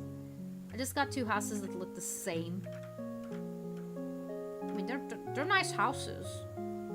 They're nice houses, don't get me wrong, but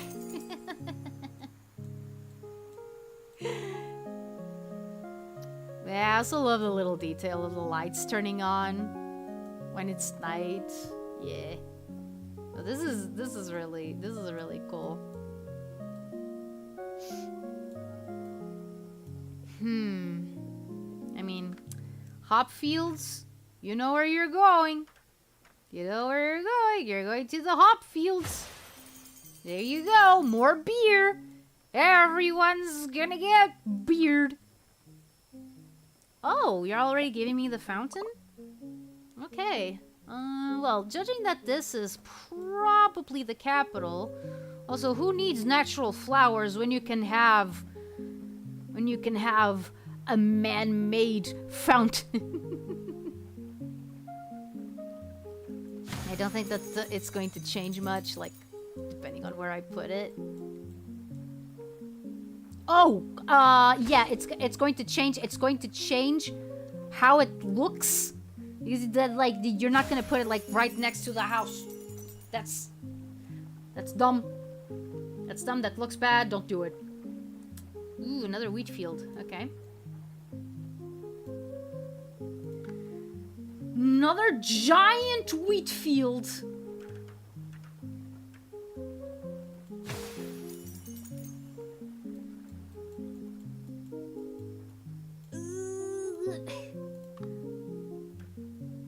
Sorry if my commentary isn't being, you know, the most interesting today.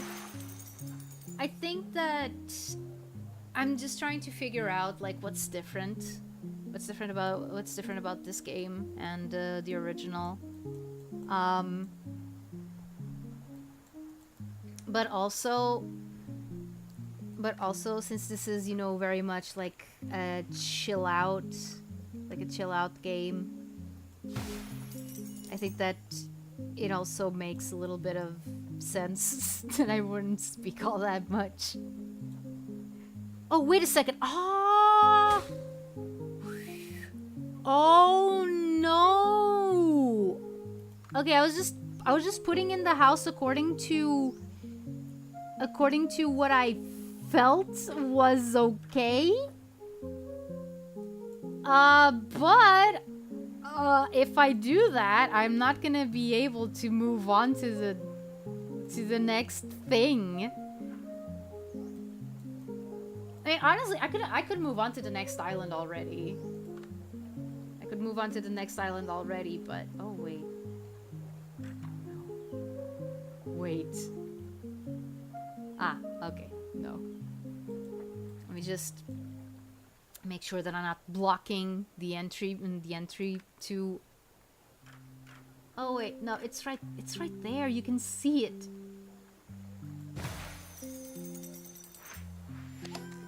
Okay. Fisher! Finally have the fishermen's. So, I'm gonna guess that fish gain... Whoa.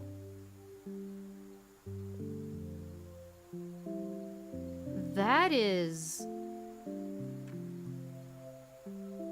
some huge range. Holy crap.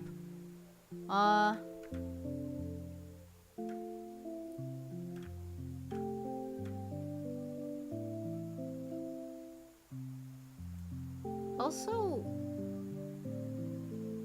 you know something that always confuses me about the fishermen? Like, I don't know. I don't know what's the best place. What's the best place? Not the best place. Like, where should the entry? Where should the door face? Like, should it face the outside? Should it face the sea? Should it face land?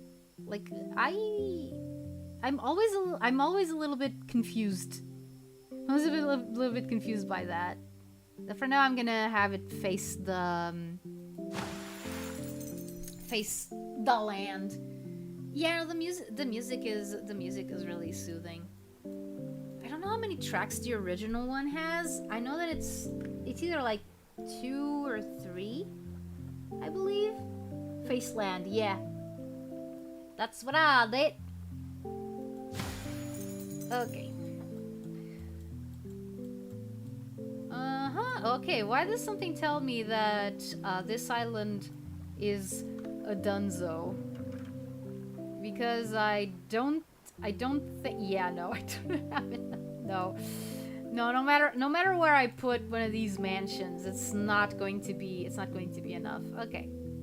So this one turned out like this. Let's move on to the next island. Yes. Traveling to the next island. Wait, what?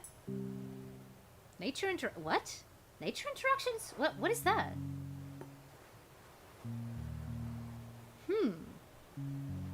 Pick one.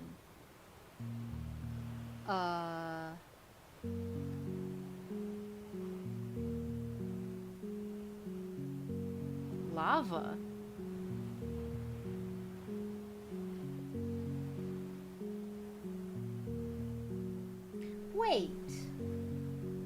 Wait, okay. Oh! Okay, so in the original game this wasn't clear. This wasn't clear cut, but what I am seeing here is, okay, so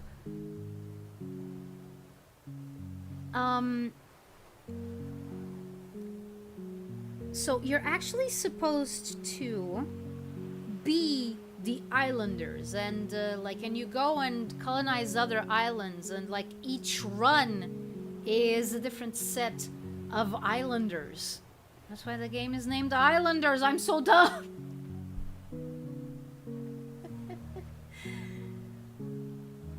It's scored because, yeah, it scored persists between islands. So yeah, carrier pigeons, which means that you're going to have. So you had the other island, and then you make this new one, but you're gonna stay in contact with the original island. That's wow. Okay, but I prefer tropical. Let's go tropical.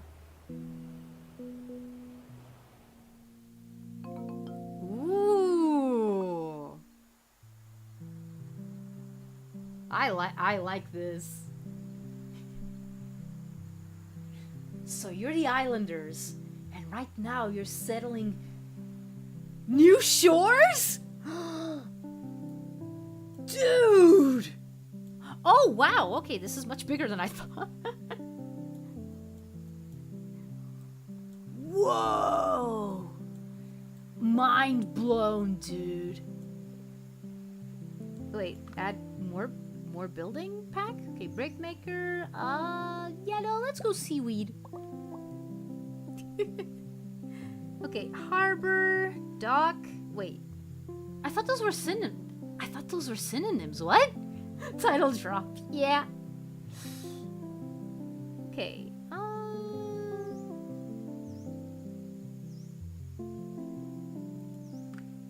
Oh, wait, you have a harbor, and then... Wait. You have a harbor, and then you have the multiple... You have the multiple... The multiple docks. Okay, now I get it. Okay. So, best place to put the dock. Now, where would outsiders come from? But I also have to think about the fishing, about the fishes. I have to think about the fishes. Yeah, it kind of looks like the mud shoal. That arose when Atlantis sank between the waves. Okay. Wait, what? How would I get 21 points for that? Okay. 20, 23. Wait. I don't get it.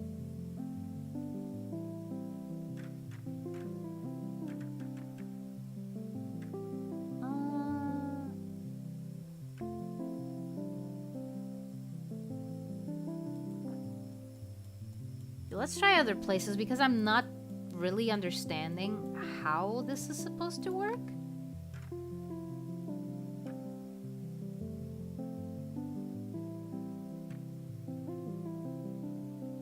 Also, I don't think that I'm gonna be able to get more than like 17 points with the harbor. Also because, yeah, it has to be facing the fish for me to get more points out of it. So,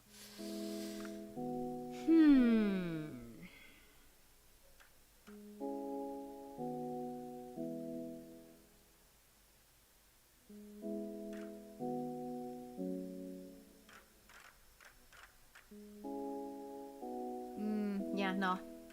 It makes more sense. It makes more sense to put it here. Okay, and now the dock.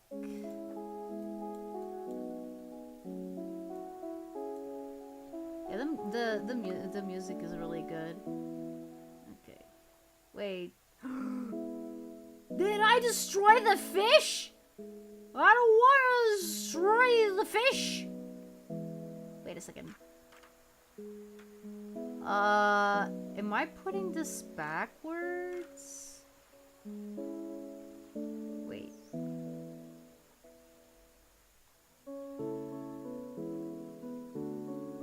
I'm not putting this backwards, am I?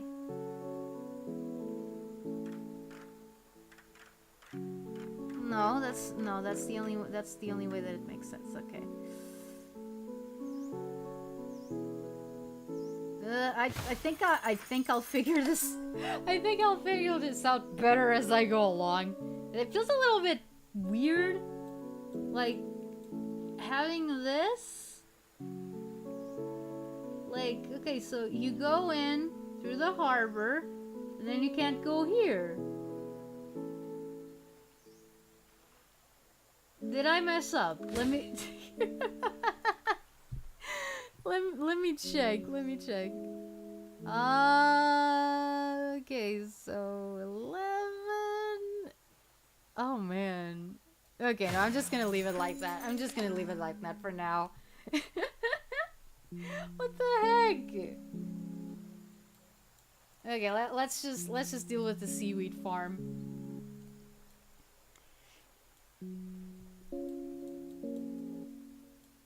Does the seaweed farm interfere with fish? Yes, it does. Okay, so it's a good thing that I thought of putting it facing this way.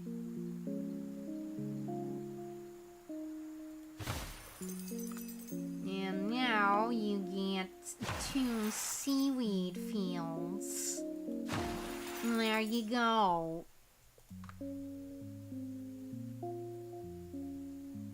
This game really wants to get me drunk. It keeps pushing me into bad decisions.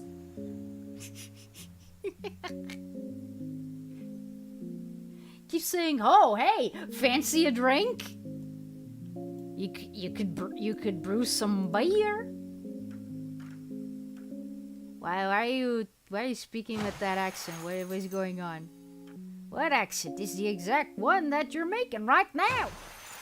I'm like, no, it isn't. Shut up.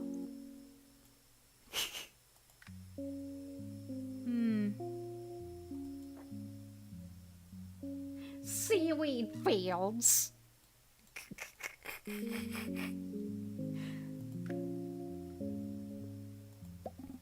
By the way, you want to know something interesting about me and SpongeBob? We're related now. I am not a sponge. I am not a sponge.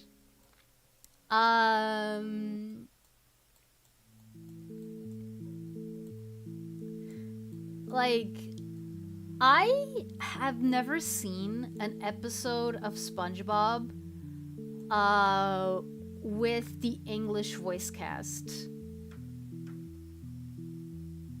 It's weird, but it just never really happened. I don't know why. There isn't, like, you know, an actual reason for it. Also, why am I putting the city in on the bottom of the thing? Let me just we're gonna put the city here, like on the peak. Okay, yeah, I couldn't. So, like, on one hand, I am very well acquainted with the SpongeBob character voices, but on the other, also not. Yeah. Yeah, exactly. Like, the most that I've watched SpongeBob was indeed in Portuguese, which is weird. Yeah, no, it is. Also, I have to mention this. I find it so funny that Bill Fabricati, or however it is that you read his name, is in a way the official voice of Sans. You know, Sans Undertale.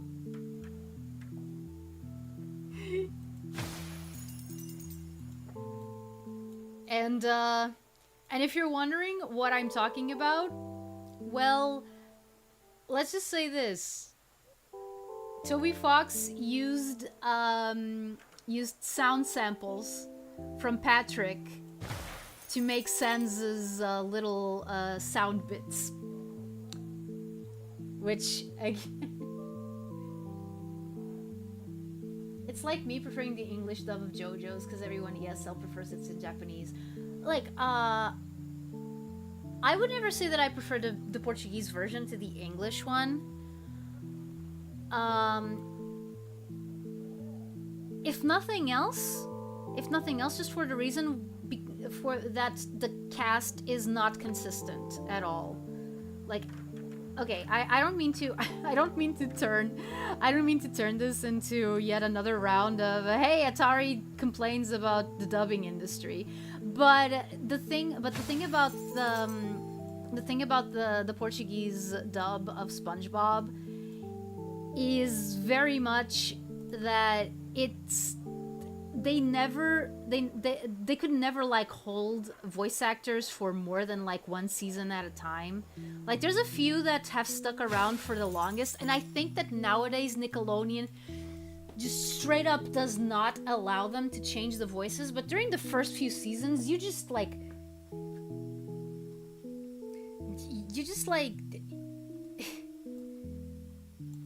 it was impossible. Like you would never get the same voice cast from one season to the other.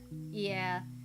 So yeah, you were used to SpongeBob sounding a certain way, and Squidward sounding a certain way, and Patrick sounding a certain way, and then in the next season, they all changed. Like for example, you have the case of an actor who has, at some point, voiced all three of the main characters. He has voiced SpongeBob, he has voiced Patrick, and he's voiced Squidward.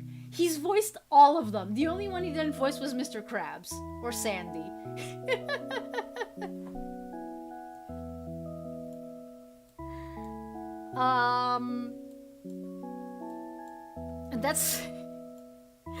And that's pretty silly. That's pretty silly if you ask me. Like I do think that Mr. Krabs' voice actor has stayed somewhat consistent. Somewhat.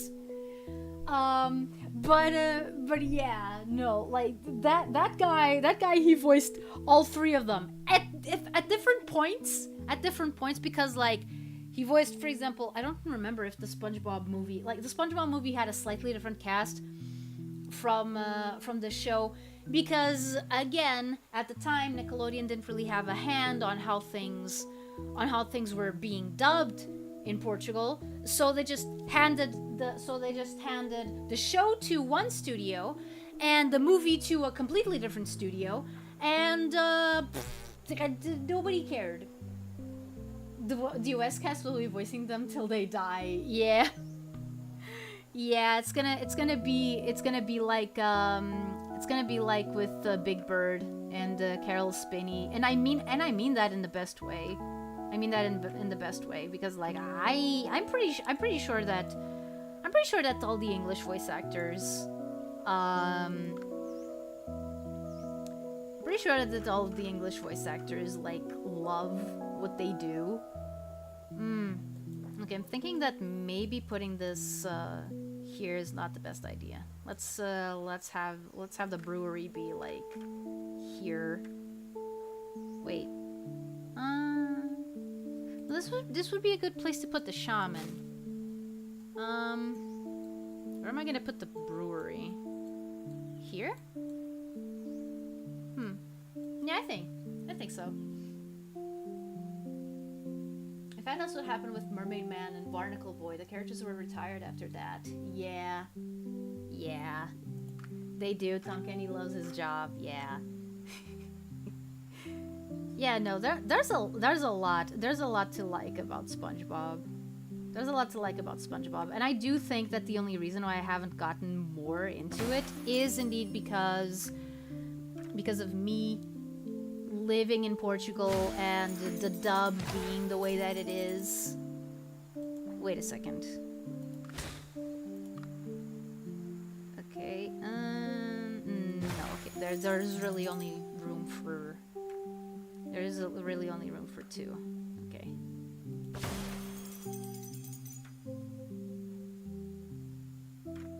Okay, the placement of these hops fields feels a little bit haphazard, but there's a science to the madness, trust me.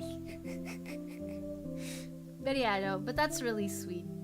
Again, it reminds me of Carol Spinney and Big Bird. Because yeah, he said it. He said it, and and he was right. He was going to act as Big Bird until he was physically no longer able to do it. And he did. He was there. He was there until the very end. Godspeed. Godspeed, Carol Spinney.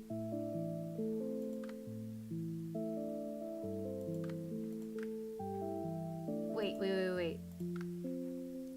So, random lumberjack. Okay.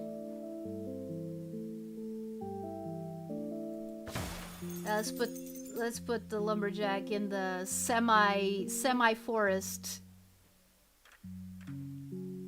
I don't know if you can call this a forest. Like the trees are a little bit too spread out. Also, let me see if I can get this closer to the edge and still get the same points. Yeah, I do. Tom Kenny has voiced several characters, not just Nickelodeon too. His most famous SpongeBob role was Ice King from Adventure Time. Ice King is probably my favorite besides Jake. Interesting that you bring up Adventure Time, because it's one of those shows that I tried to get into for a while and then I just was not able to do it. But yeah, no, I know Tom Kenny's filmography pretty well. He's also one of those voice actors that you can just get just identify like immediately. And he does a lot of different voices. So, but if you're really used to hearing his voice, you can detect him like immediately. Like, for example, he was in the Powerpuff Girls. He was the mayor and the narrator, as well as other characters. Like in Samurai Jack, he voiced a bunch of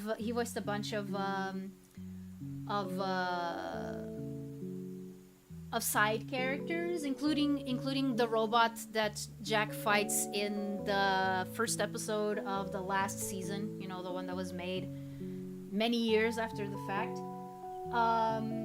And that's such a Tom Kenny role, because like it's really banking on a voice actor that is like, super secure with what he can do with his voice. Like I love that. I love that. You can definitely tell it was Tom Kenny. Oh right. He was also there's this episode. I love that episode, by the way. In which Jack, I think he gets poisoned or something by Aku, unwittingly, because yeah, Aku could totally try to poison the samurai, but he never did. he never tried to do that on purpose. But yeah, and Jack goes to this mountain where there's a bunch of salamander monks, and they have a time portal that he can use, and it's just easy. He can just go there and go through the time portal and be done with it. But because he was under Aku's influence, he just destroys the portal, which is a shame. And then he has to go through a battle in the center of the mind kind of scenario to fight off the Aku infection. That's Eduardo from Foster's Jake Spider Monkey. Yeah. What are you looking at? Okie dokie.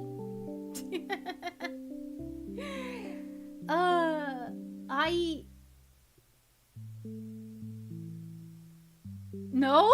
What no? What no?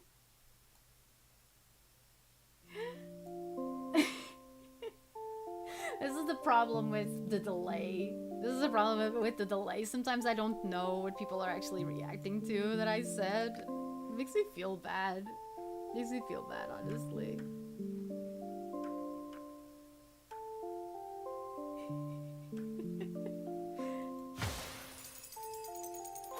Well, oh, that's new. What is that? Buildings. Add boon pack. Neighborly. Grant an extra copy of the rightmost building in your toolbar.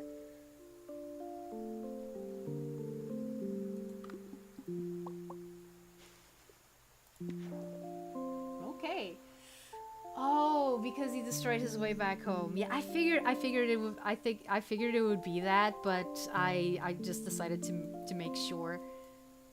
Oh, this is so cool.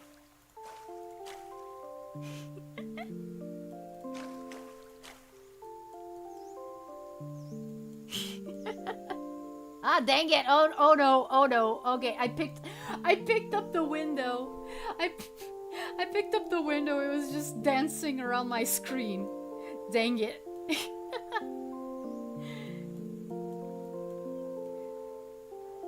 But yeah. And all of this to say that Tom Kenny voiced the leader of those salamander monks, which is not a very common role. It's not a very common role of his. You know, a kind of role that he plays. You know, like a calm monk-like character. But for some reason that role stuck with me. Like I love that little guy. And the voice was a big part of it.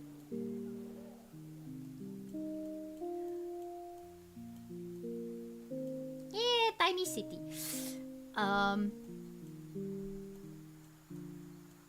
But yeah. Those are some... I also wanted to see if I could remember like an Eduardo quote, but I can't. Like Foster's Home, I have a bit of a love-hate relationship with Foster's Homes for Imaginary Friends, to be honest. Because on one hand, it's so imaginative, and it is very funny a lot of times, but on the other hand, so much of it relies on some of the characters being kind of dickish to each other, and that's... I don't really vibe with that. Like, of all the Craig McCracken shows, I think my favorite, my undisputed favorite, okay, not undisputed, I still haven't watched Kid Cosmic, so I can't really say anything about that one. But I prefer Wander Over Yonder, like, honestly.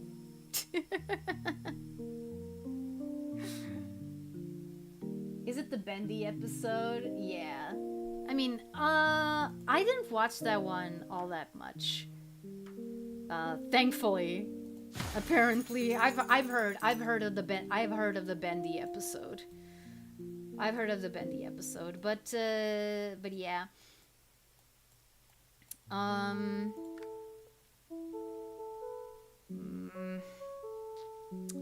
Those are ideal, but okay, let's go with masonry.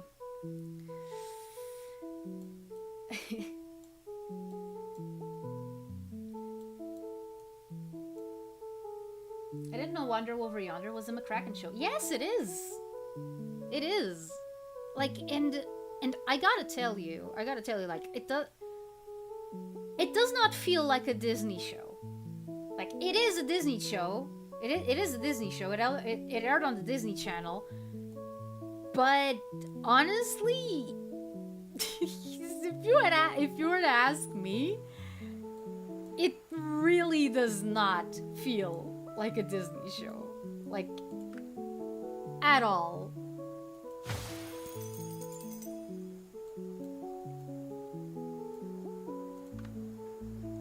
Okay, we're running out of room for mansions over here, so I think we're gonna go down here. I was kind of hoping that I could put the shaman down here, but eh.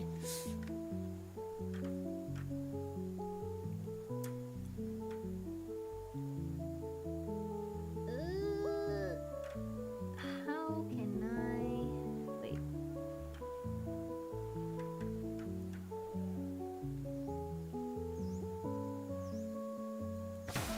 that, and let's have the places rounding around. Yes, good English, Atari. You are a credit to your language.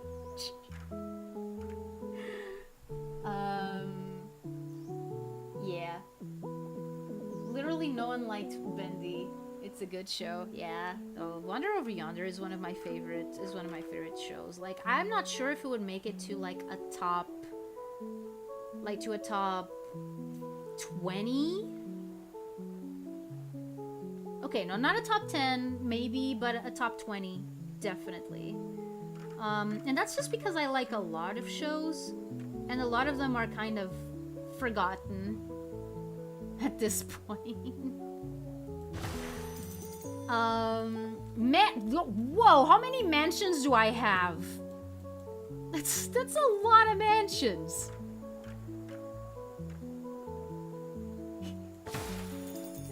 Oh wait, no, that was a house. That was a house. No.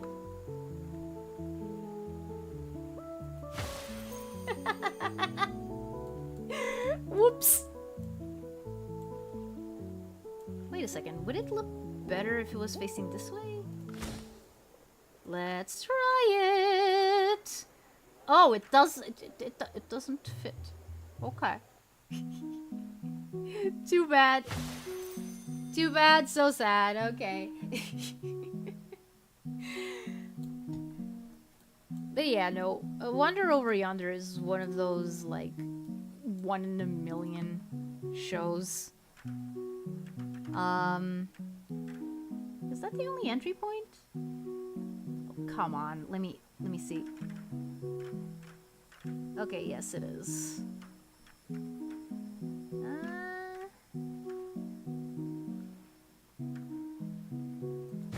Let's make it like this. Okay.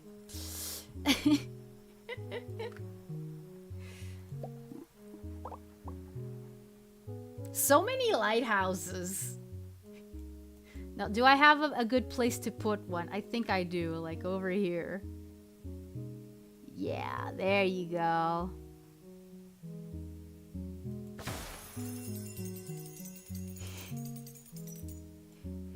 That's a lot of coins.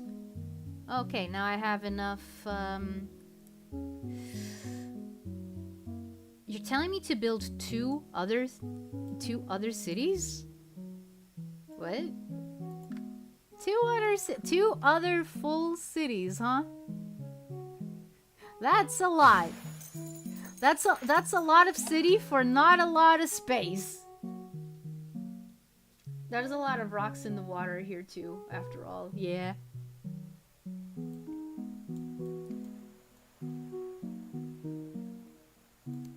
I'm gonna guess that this is gonna be the working class.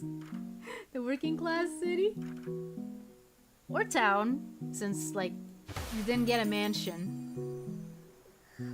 Another sawmill. Let me see. Is there another place where I can put... a sawmill without it interfering with anything else and it being really just 7? Okay. Oh wait, no. Wait. Oh no. Wait, again. No, again. That's not...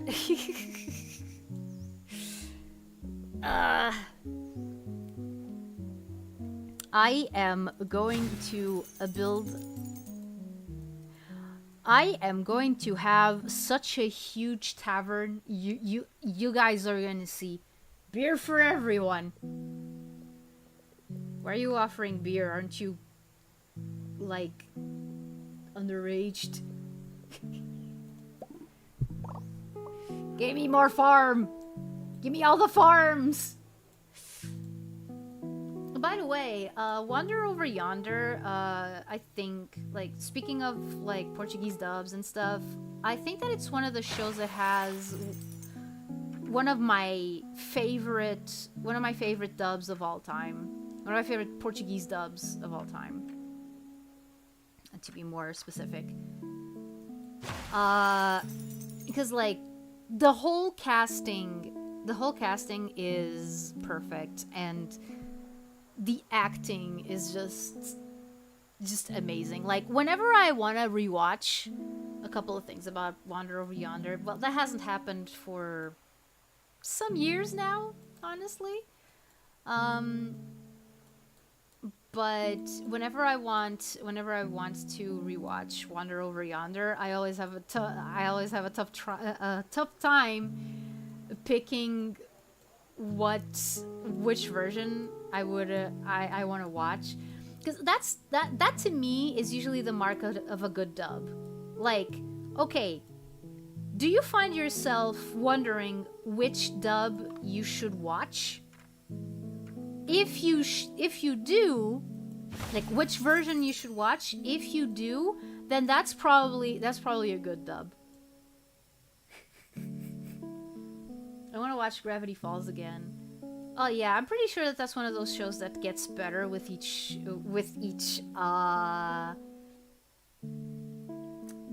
rewatch, because Gravity Falls is one of those shows that was really well thought out. Like, super well thought out. And major kudos to Alex Hirsch for sticking to his guns. And managing to take it where he wanted it to be. Because I know that he had to fight a lot. And that he had to fight a lot with Disney. Because that's during the time where Disney was kind of starting to become a little bit stupid. Yeah, Grunkle Stan was my fave. Yeah, no, like, Grunkle Stan is such an awesome character. And I'm saying these things, and I'm saying all of this, and I'm not even the biggest fan of Gravity Falls. Like, there's a lot about Gravity Falls that I'm not a fan of. But if I'm gonna be honest, it's mostly just the drawing style. I don't like the drawing style of Gravity Falls. I gotta be honest with that. I do like everything else. I do like everything else about Gravity Falls, but the drawing style really puts a major dent in my enjoyment of it. And I'm willing to admit, I'm the first one to admit that it's because when it comes to TV shows, when it comes to animation, I value the drawing style a lot. And I especially started valuing it even more when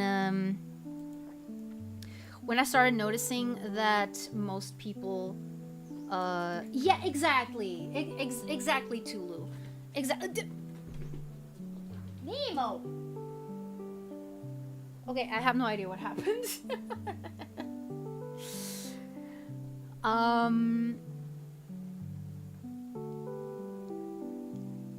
But yeah,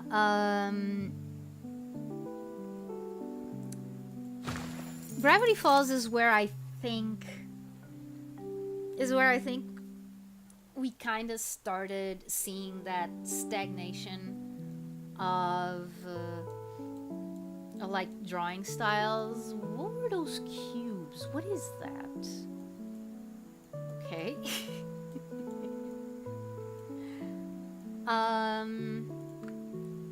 We're gonna see what we can do with the silence still before we move on to the next one. But yeah, I feel like after Gravity Falls, it felt like every show decided to use a similar style to it. Yeah, which is like even the name CalArts is kind of a misnomer, because like, yeah, a lot of those people came out from CalArts, but you know who also came out from CalArts? The people who animated the Disney animated canon. So it's a little bit. it's a little bit annoying. It's not an ugly style, but it's not as fun when every show looks the same. Yeah, exactly. Like, and I, for one, I'm really tired of everything trying to be either Gravity Falls or Steven Universe. Like, and Steven Universe has a drawing style that I do like better than Gravity Falls, but even then, like, it was fine. It was fine when it started. It was fine. Well, not when it started. Like, the drawing style of Steven Universe, like, when it first started, was kind of holy crap. No, what I meant was the drawing style of Steven Universe, the consolidated style of Steven Universe, was fine for Steven Universe. Just like the drawing style of Gravity Falls was fine for Gravity Falls. I think that the last show that I gave some benefit of the doubt when it came to the drawing style was Star versus the Forces of Evil. And now I'm trying to think of other shows with distinct drawing styles, and all the ones that I'm thinking of were released like around 2012. So it, like I remembered Randy Cunningham, Ninth Grade Ninja. I remembered the 2012 Ninja Turtles. Even though I didn't really like what they did with the humans for that show, it was kind of I really didn't like how they looked. Steven Universe disappointed me. I kind of liked the rougher way the pilot looked. I think that the designs still needed a bit of work, a little bit of work, but I get what you mean. I do get what you mean. But then again, I'm a little bit weird in that I like clean lines. I like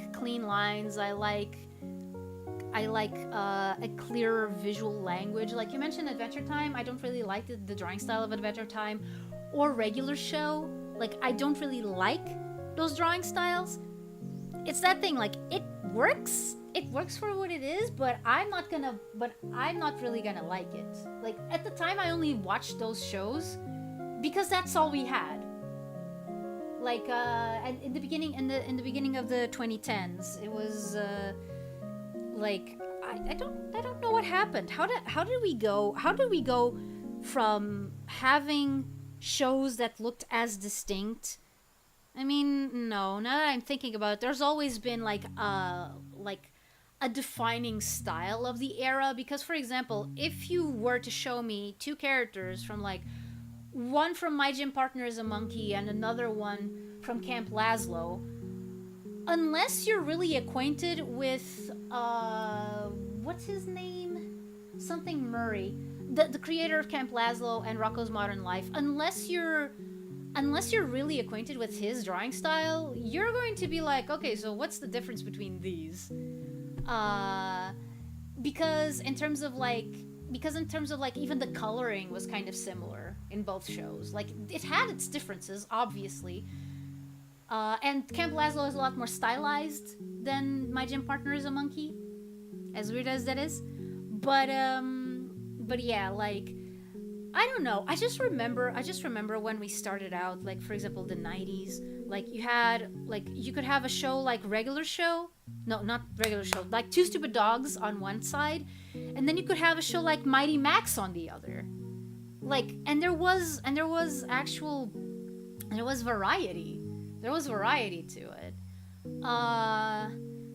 But again, now I'm thinking of, for example, a lot of the Nickelodeon shows from the early 90s, and they, like, the Klasky Chupo cartoons, and they all had a style that I didn't like either. Like, I hated Nickelodeon when I was a kid. Because, to me, there were those people who made those ugly cartoons. Like, and I just didn't like it. I hated Rugrats. I hated Real Monsters. I hated the Wild Thornberrys. Oh man, I hated As Told by Ginger so much. Like, that one was like the pinnacle of ugly to me. The only Nickelodeon show from Klasky Chupo that I liked somewhat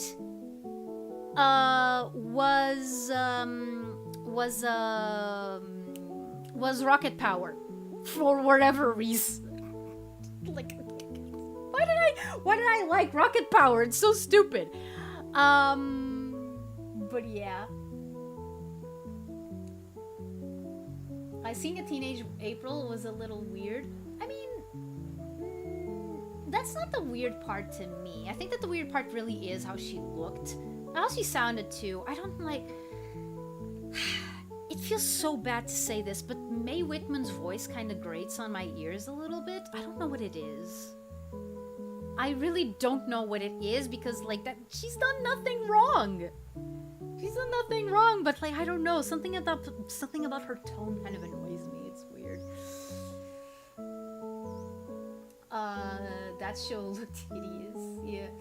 I kind of prefer Pearl's early design. It reminds me of Whis from Dragon Ball Super. Ah, that is where we disagree. I prefer Pearl's later design, honestly. But again, that's my aesthetic preferences.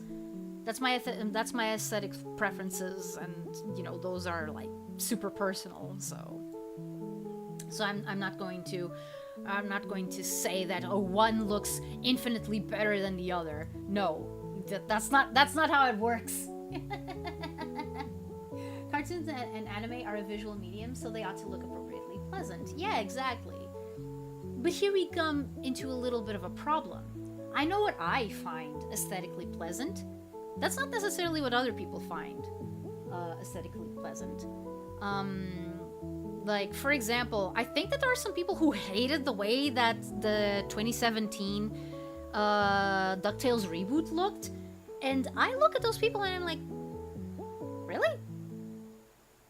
Really? You hate this that much? Okay. Okay.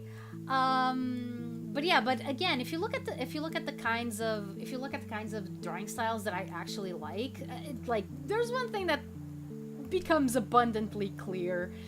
I like jagged edges and clear lines, and a lot of these shows don't have that.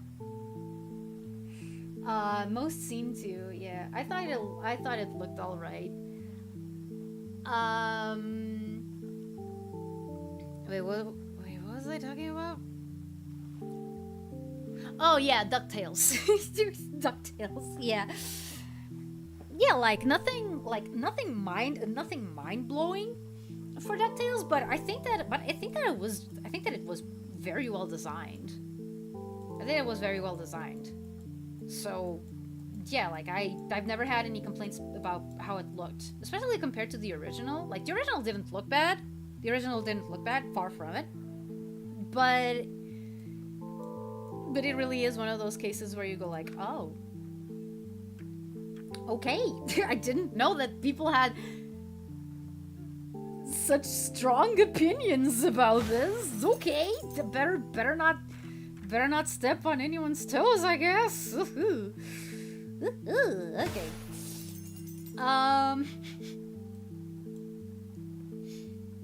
I do kind of like the way DBZ looked. Super is cool, but it's a little jarring seeing it look overly clean. Yeah, no, I get that. I do get that. But yeah, let me think of some shows that I know I love the look of. I mean, see, sometimes it's a little bit weird because I know what I like in terms of colors, and a lot of the shows that have drawing styles that I like don't have the kind of colors that I like. For example, the first one that came to my mind was Teen Titans, and I do mean American, or at least Western TV shows. I don't mean like anime, because if we go into anime, that's a whole another can of worms. Because anime is a lot more, even though there's a lot of different styles within it, there's a lot of different ways of approaching the style. two animes benefit, I would say. Like I think that anime definitely benefits from the fact that it has a distinct style, but that distinct style can be iterated on. Like most anime at least is still not that far off from the standard that Osamu Tezuka set way back when. Anime and manga, actually, like we can't really separate the two when we're talking about this. But yeah, right now I'm talking mostly about Western animated shows. So yeah, I really like how Teen Titans looks. The colors, not so much. They're okay. They're okay. I've seen much worse. I've seen shows that have color palettes that I like a lot less. But yeah, no, like I like the style. I like Teen Titans. I like Wakfu. You know, the French TV show that I think has gotten a 4th season recently, which is crazy because the first season came out in 2008. So yeah, I like Wakfu. It's very anime-esque. But I tend to gravitate towards those styles. Like, I'm not even gonna try to deny that.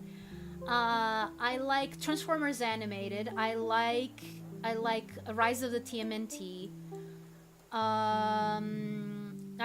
There was this short-lived Netflix show called Cleopatra in Space. I also liked how that looked. I liked how Voltron looked, you know, the new show, new-ish. I mean, how long has it been? How long has it been since Legendary Defender? I think that's the subtitle.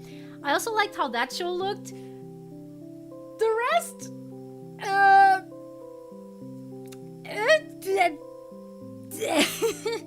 less that we say about it, the better.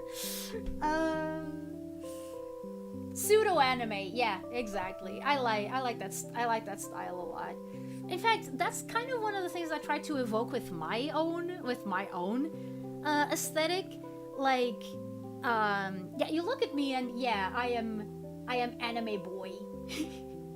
Like, I am an anime boy. But one of the reasons why I chose Neuse for my VTuber mama was indeed because I felt that her drawing style kind of radiated that pseudo anime look that I was looking for. Because I can't draw anime. I would have drawn my own model if I was able to draw like in an anime style. But the best that I can do is anime-esque. I am not trained in that style. I'm not trained in that style.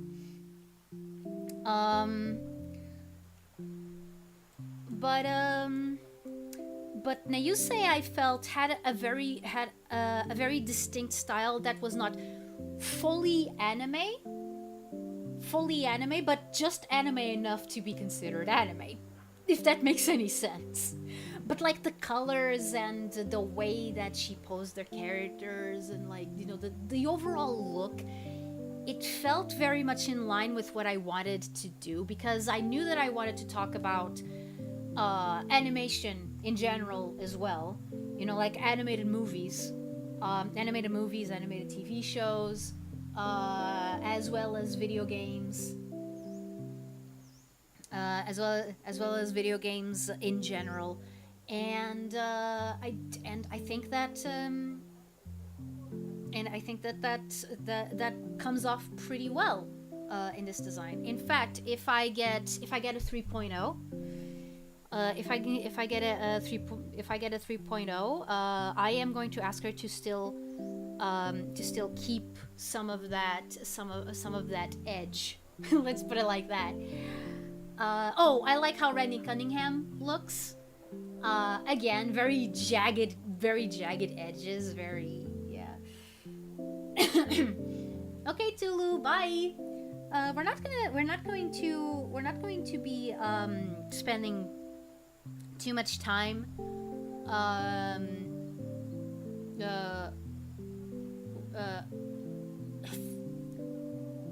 I started that sentence wrong. I am not going to... This is not going to be a stream that's going to go on until like 11... till like 11 p.m. I am going to stop in a bit. What I'm gonna do is I wanna try out the sandbox mode as well. You can really see it in your original PNG. Yeah. Yeah, and like it is interesting because like before I started stream, I made the terrible decision of looking through some of my drawings for that other project that I have mentioned before, that I kind of had to give up on.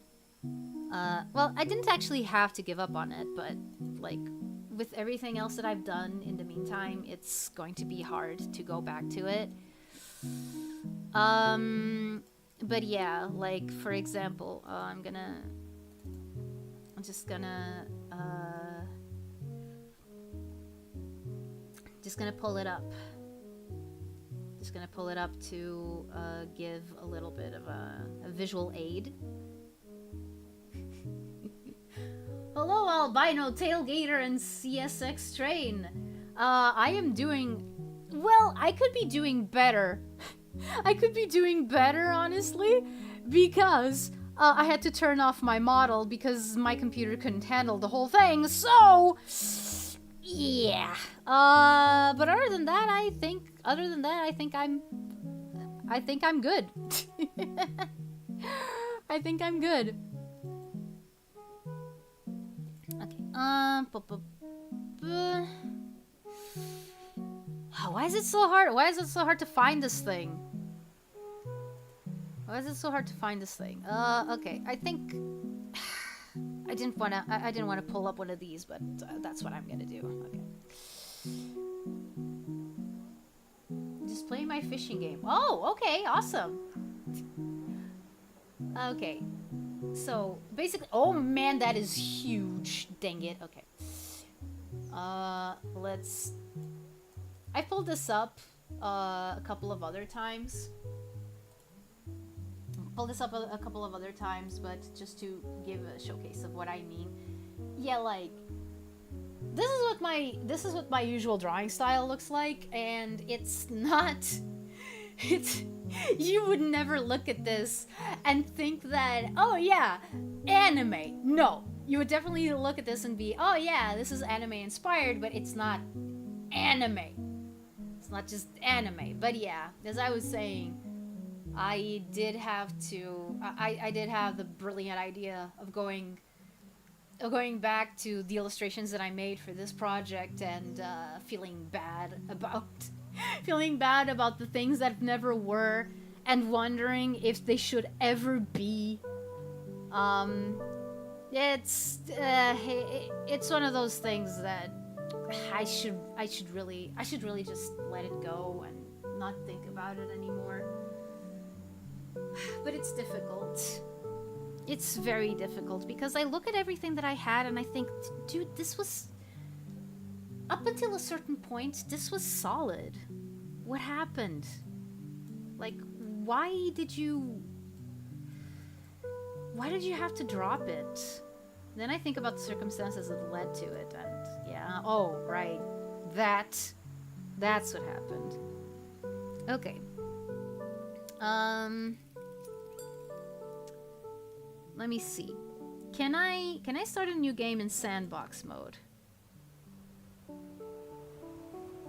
Yes I can. Okay, awesome. I'm just gonna try this mode for a bit. Generate new island. In sandbox mode, you are free to create your dream island in any way you see fit. Use this button to open the generate island menu. Okay. Oh! Oh, you can also put in like trees and stuff. Oh, wow. Temple, mountain shrine, guild hall. Oh, this is so cool.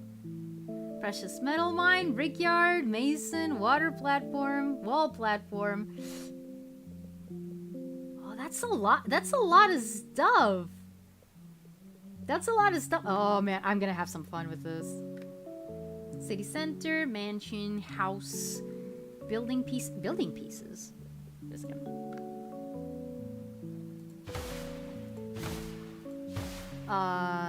Okay, so all of those are the same. Wait.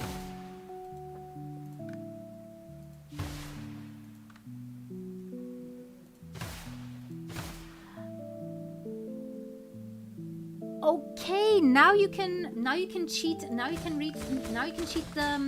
random generator. Awesome. Demolish? What should I demolish? I'm gonna demolish the palm tree. No, I'm not gonna demolish the palm trees. Okay, yeah. Let's see. I'm gonna try to generate an island close to what Atlantis is. Okay, size large. Type islands, ruins, archipelago. How is that different? Height. Flat or tall? Wait. I mean tall, I guess? There is the big mountain in the middle of it. Okay. Biome, temperate, lava, tundra, tropical, desert, fantasy? Fantasy? What? What does fantasy mean? Okay, let's go with tropical for now. Actually, Atlantis is subtropical, not straight up tropical, but you know. Let's not split too many hairs about that. Trees, plentiful, few, moderate, moderate. Flowers, plentiful. Moderate, yeah. Plentiful grass, and the climate is going to be stellar? Stellar? What, like with meteors and comets and stuff? Aurora and wind, default. Rain and wind, I guess? Oh.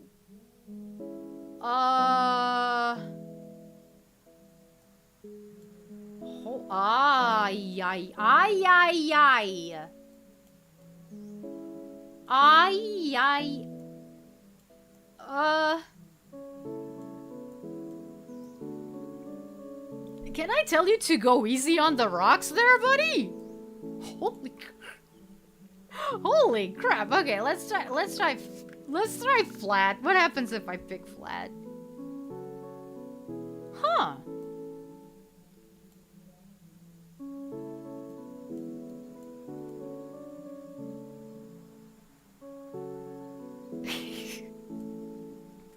Okay, albino tailgater.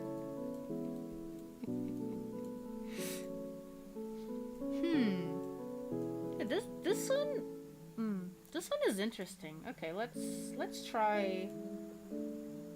Wait a second. Can I pick the colors of this? Wait. No, I don't think so.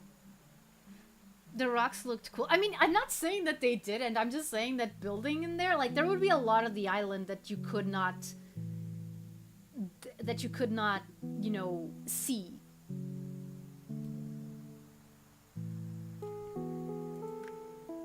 Okay, so, for example, let's see.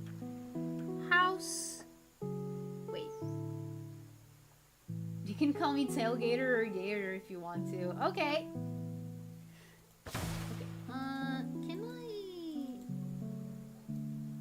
Can I do anything with this? No.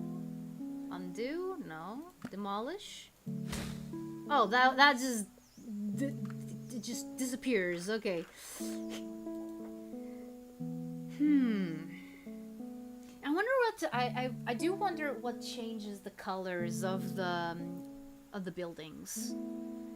Like, I do like these colors. These are fine. These are fine, but if there was a way to change them... that's a little bit disappointing. Unfortunately. Oh.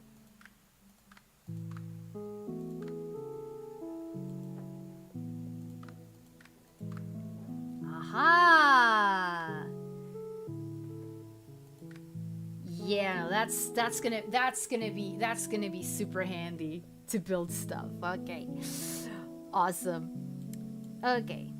So, if we go according to the rules... Wait a second. Actually, okay, I hadn't seen this. A tavern, hut, cliff house, park, jeweler, hermitage.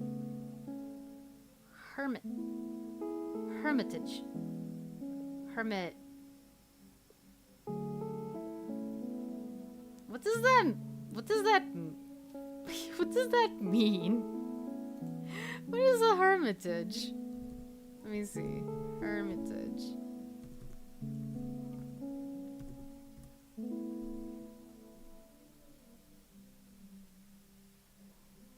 No, I don't want the State Hermitage Museum. I want what it is. Excuse me.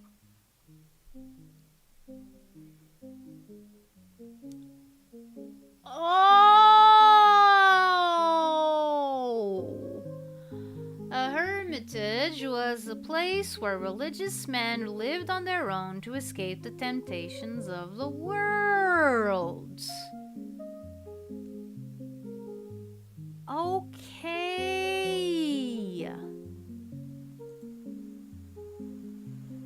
Okay, I didn't... Okay, see, I learned... Like a place for hermits. Yeah. Yeah. Huh. Okay. Consider me enlightened. Consider me enlightened. Actually, let me take a look at this. Yeah, there we go. A hermitage.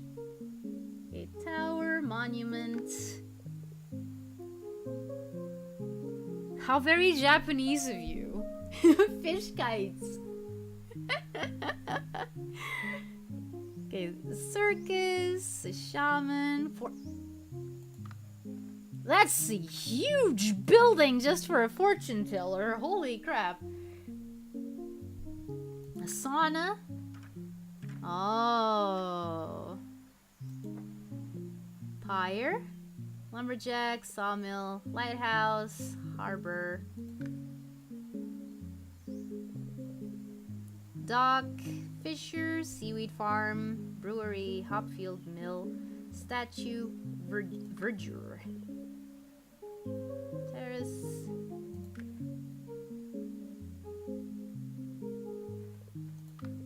plateau.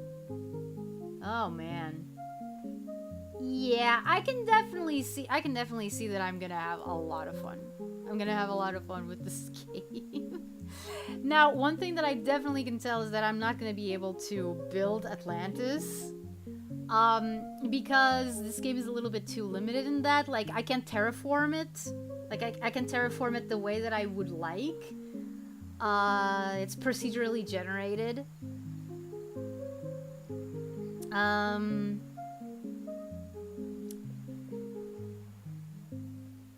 Well, but let's see. Also, there isn't like a palace. There isn't like a palace. There's only like the mansions and temple, mountain shrine. What does this look like? Now, this is reminding me of Cana, Cana Bridge of Spirits, which is a game that. Oh no! Oh dang it! I just thought, okay, I'm gonna have to test this out, but I think that I'm not gonna be able to play that game with my model. Uh, because like if it's having this much trouble processing my model at the same time as it's processing this game, I don't think that Cana Bridge of Spirits has a chance.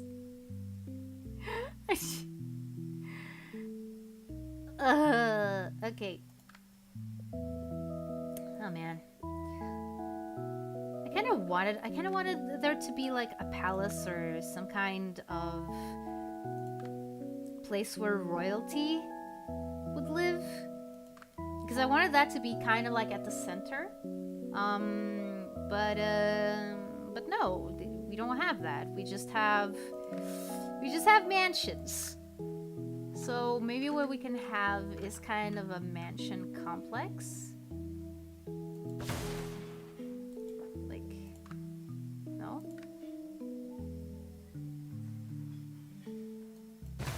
Oh, what? No. Again, I'm just trying this out. But I'm not going to spend that much time.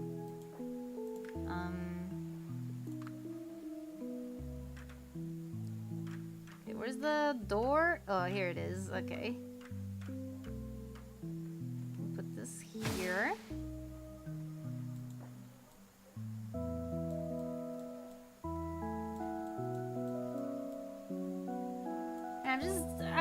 I'm just screwing around a little bit.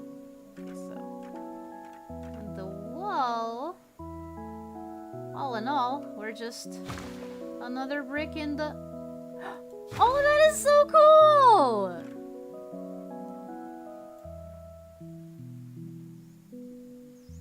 That is so cool. It has the little doorway.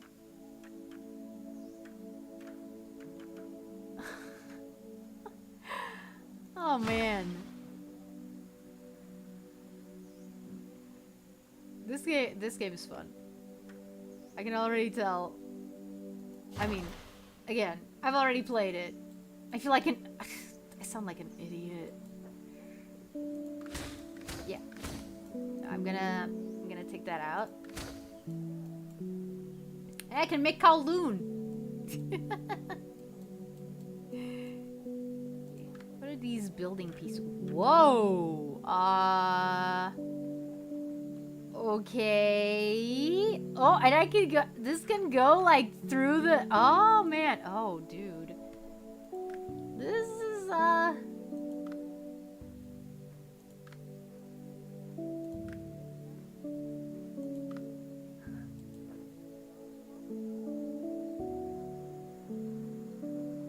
This is gonna take a long time to explore.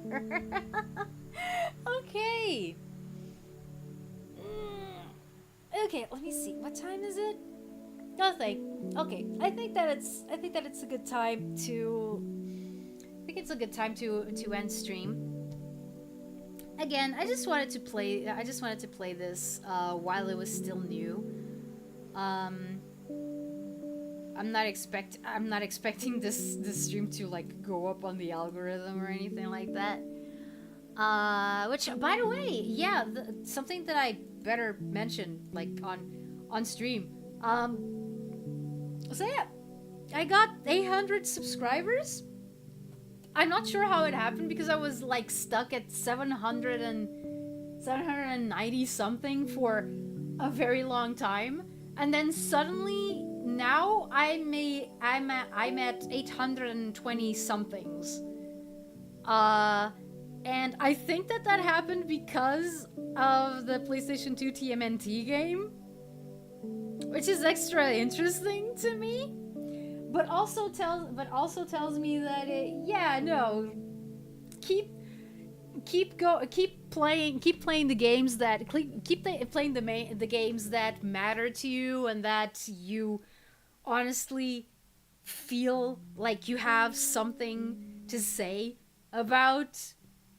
Because those are the ones that you should go for. Um, it's kind of the opposite of what's happening with like Legends Arceus, but that one is like, okay, I want to finish this before I go into the Nuzlocke Marathon, which again is still on the horizon.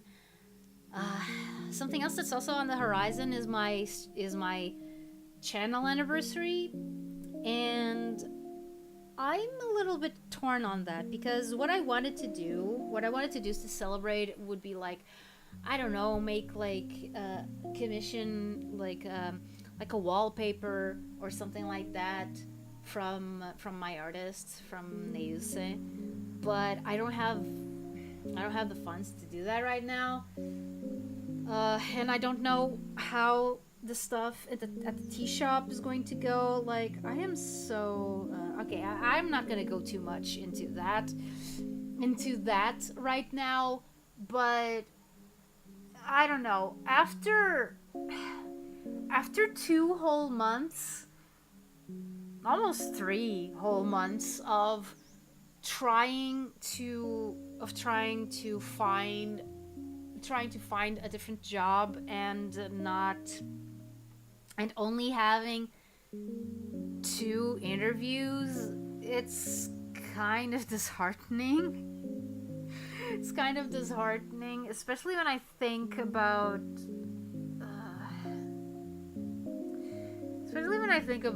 everything that's happened ever since last September. It's been rough. It's been rough. But also not rough enough that I can, I don't know, like, all things considered, I'm not that bad, but I'm also not doing super great either. Like, it's one of those weird middle grounds, I feel. That, for example, if I went up to someone, oh, hey, can you help me? I've been facing this and that. Like, oh, you're nowhere near as bad. You're nowhere near as bad enough for me to give you attention or support. So no. No, okay, fair, I guess. Unfortunately, but yeah. So, yeah, maybe what I'm gonna try to maybe do is maybe I'm gonna try to make something myself to give everyone. I just had a thought. I just had a thought. Okay, I think what I'm gonna do for the dang it, for the anniversary, it's gonna be like some kind of drawing, and then because I do have channel memberships open, and I don't think that I've done nowhere near enough for members, maybe what I could do for the members is I could sign them. I could sign the pictures like with a dedicated signature for members. I mean, again, that's just an idea. And again, it's just an idea because if I had money, I would do something. I would do something a little bit more bombastic, a little bit more trash. Yeah. Yeah. No, there you go. Memberships exist. Thank you for 9 months, PPA. By the way, has it been that long since memberships opened? Jeez. Holy crap. I feel so... I shouldn't feel bad because it was not my fault, but I feel bad for not being able to like commission badges and stuff like that for the members because when I got this job and I started doing like the voice acting work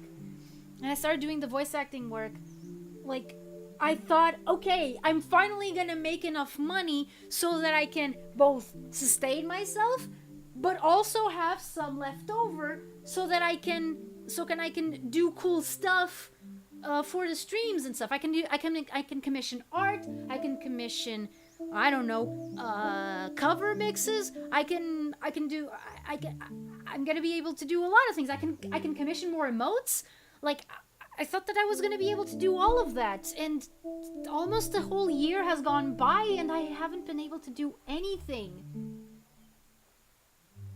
I'm not gonna think too much about that right now. Okay, I think that, yeah, that's gonna be it. Oh, hi Elmer, I was about to finish, actually. I'm sorry, dude. I'm sorry. Well, you didn't... I mean, you didn't miss a lot. I'm gonna say, like, because this is a very, like, chill game. You did miss me talking a bit about, like, Cartoon Network shows and stuff like that, but not much, honestly. For what it's worth, the yen is approaching its low from summer last year again. Oh, basically, what you okay? So you mean that, for example, scabs are relatively cheap right now, or at least, you know, artists that are you know, Japanese or from Japan,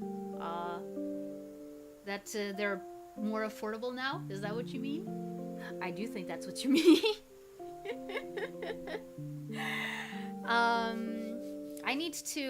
I actually need to look into Scab a little bit more, because that's one thing that I haven't done a lot. I know that there's a lot of cool artists in there, but like the only times that I've actually gone to Scab was when I was interested in a particular artist's style, and usually those artists weren't accepting commissions at the times that I was trying to check it out. €1. Oh, that's good news for other stuff as well. Okay, yeah, definitely gonna have to look into that. I am gonna say this, I'm probably not gonna ask for a scab to be like the anniversary thing. I would rather that one be, you know, a little bit more involved. So yeah, either I come into a large sum of money until until the middle of August, or I'm just gonna do it myself. But I'm not gonna do it on stream. I'm not gonna do it on stream, by the way. I want whatever it is to be a surprise. You know, the picture, I want it to be a surprise. I think that it has a little bit more impact like that. Even if you know that it's me who's gonna draw it, and you can expect something of this style, kind of. So yeah. But I think that it's good enough. I've drawn. I count as a professional illustrator. Would I have time to open like a VGen? I mean, I'm already on VGen. It's how I got a lot of this that you see in my streams. Should I open like an artist? Like, should I open commissions? Should I open commissions? The problem is that I am so slow when it comes to drawing. I hate it. I don't know how to make my drawing process faster. Like, I have so many unfinished drawings because I take forever to make them. Like, I take like 8 hours on a single illustration. That's not okay. That's not okay.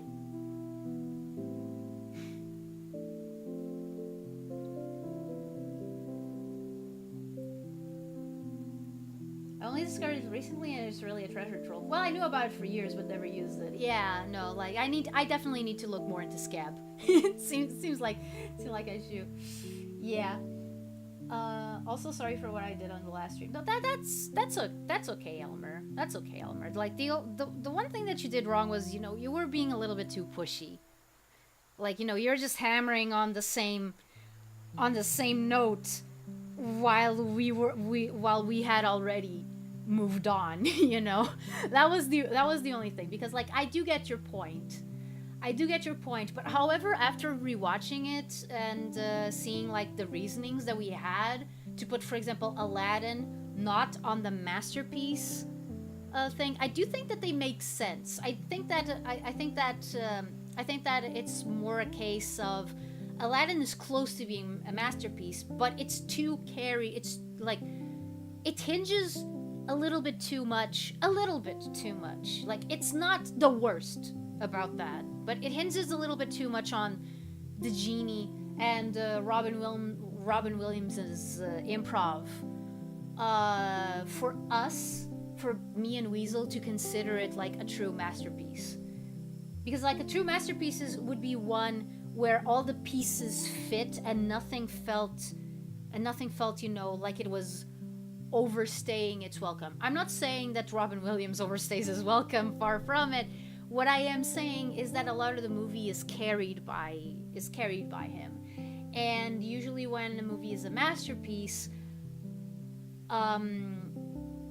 it needs to have a bit more balance. I mean, for us anyway. That's just how we see things. Like we're not here telling anyone, "Oh, this is how you should judge masterpieces." No, that's just how we see things. You know, like it's okay. You tell me I take a week per serious picture, you can feel the pain. You can feel the pain. Like, for example, I'm just gonna showcase this as an example. Again, like I said, I have worked on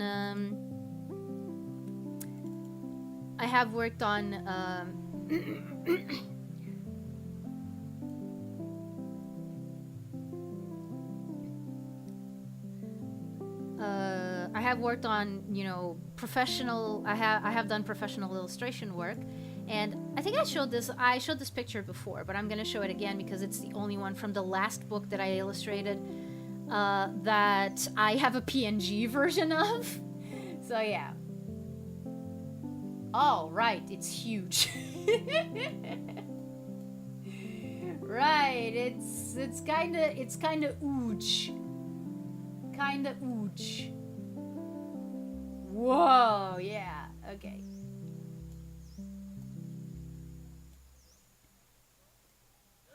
Ugh.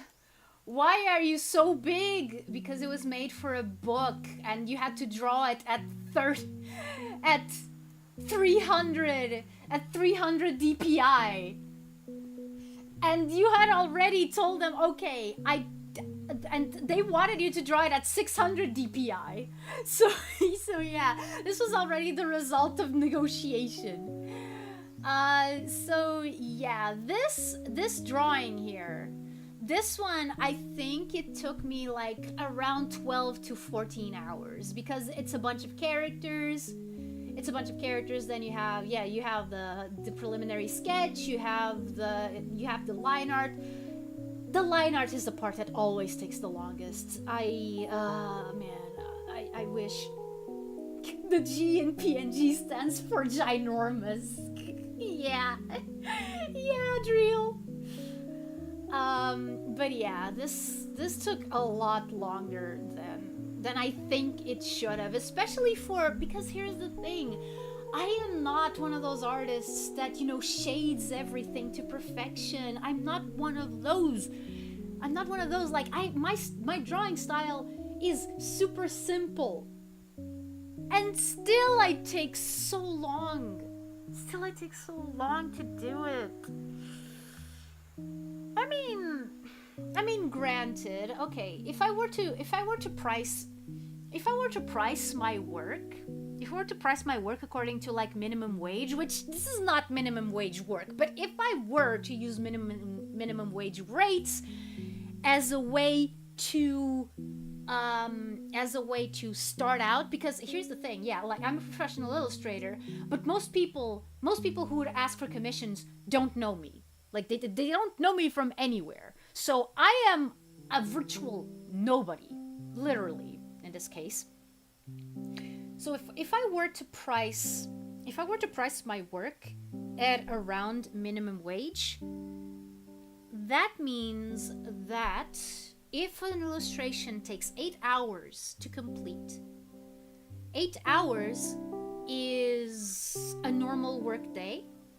So for a normal work day, 40 euros. 40 euros for a normal work day. Let me check an illustration that I know would have taken that long.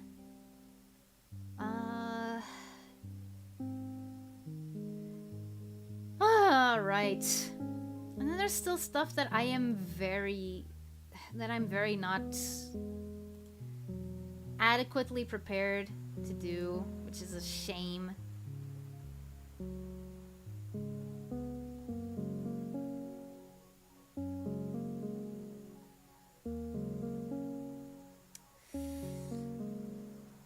Let's see.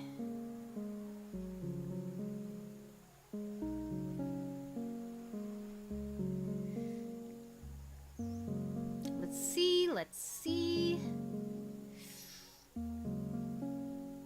Oh yeah, this one. This one. Okay, let me just hide this one first.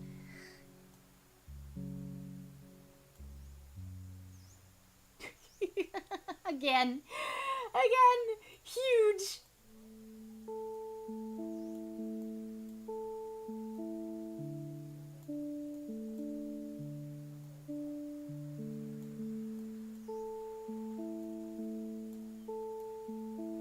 Oh, it okay.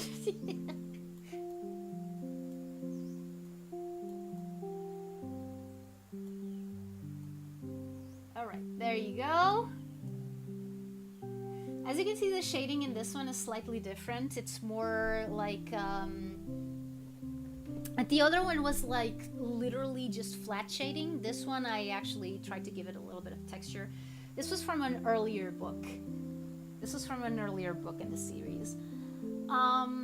So this is a whole bunch of characters intertwined. This took me 16 hours, I believe.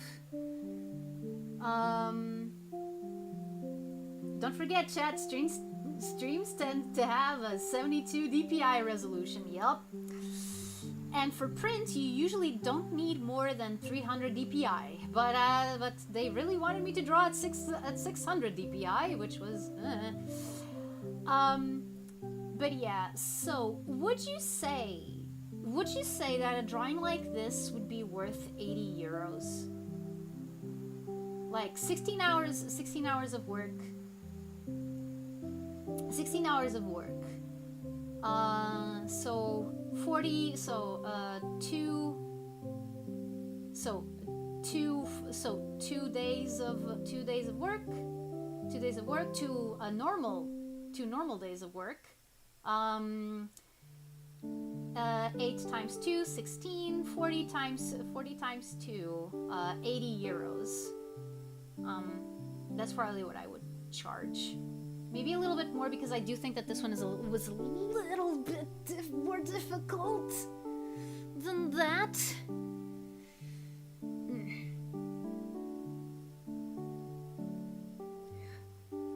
So yeah, no, around 80 to 100 euros.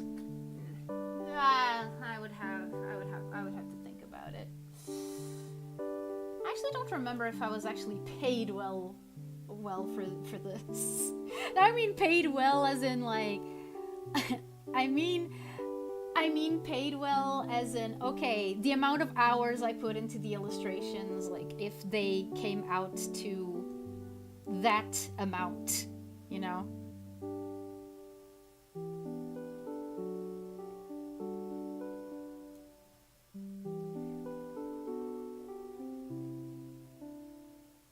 Yeah, this I like this one as well. And again, it's Ooch. Oh, frick! I hate.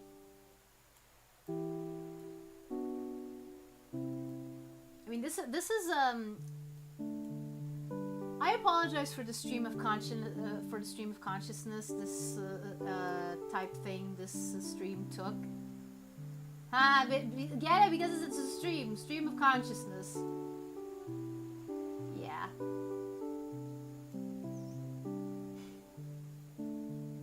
Man. I look at this and on one hand,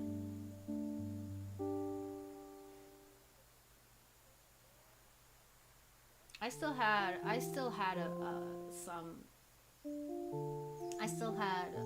well, maybe not a lot, but I still have a lot to learn. Oh no! Oh no, her fang! I forgot to fill in her fang! Z! Now it's green! Oh no!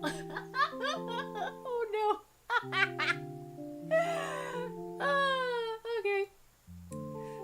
Oh well. Yeah, that's something that I'm gonna have to think about if I really want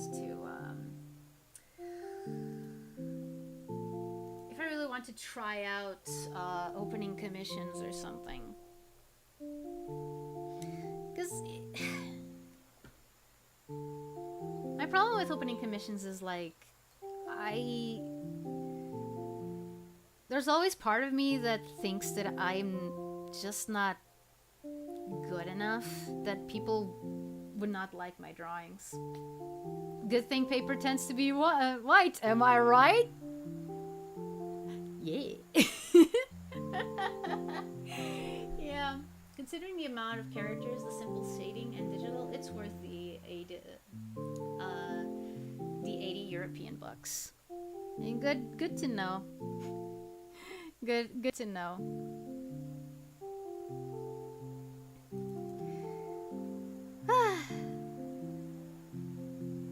I do kinda miss working on this. The problem really is that the writing was not very good. It just wasn't. This project had so much potential, and it just died. It just died. Okay. That's enough waxing philosophical about what could have been or what could be. I'm gonna have to think about all these things, and we'll see.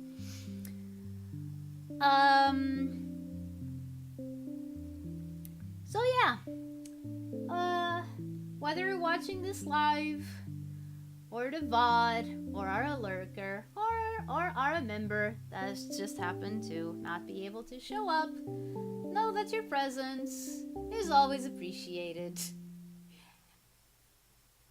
And know that that is really true. That is really 100% true. Like, I'm not just saying that because yes. Especially when I'm playing, like, an unknown game like this. Like... And again, apologies for the lack of actual interesting commentary. Like, I think I'm just not feeling very inspired today. But either way, see you soon. Or, as they say in Atlantis, Ekabe! Bye! Where's the thing? Right. I never know where the ending thing is. I need to define quick keys, you know, whatever, like the key shortcut keys, like that thing. Yeah, that's what I need to do. Okay, bye.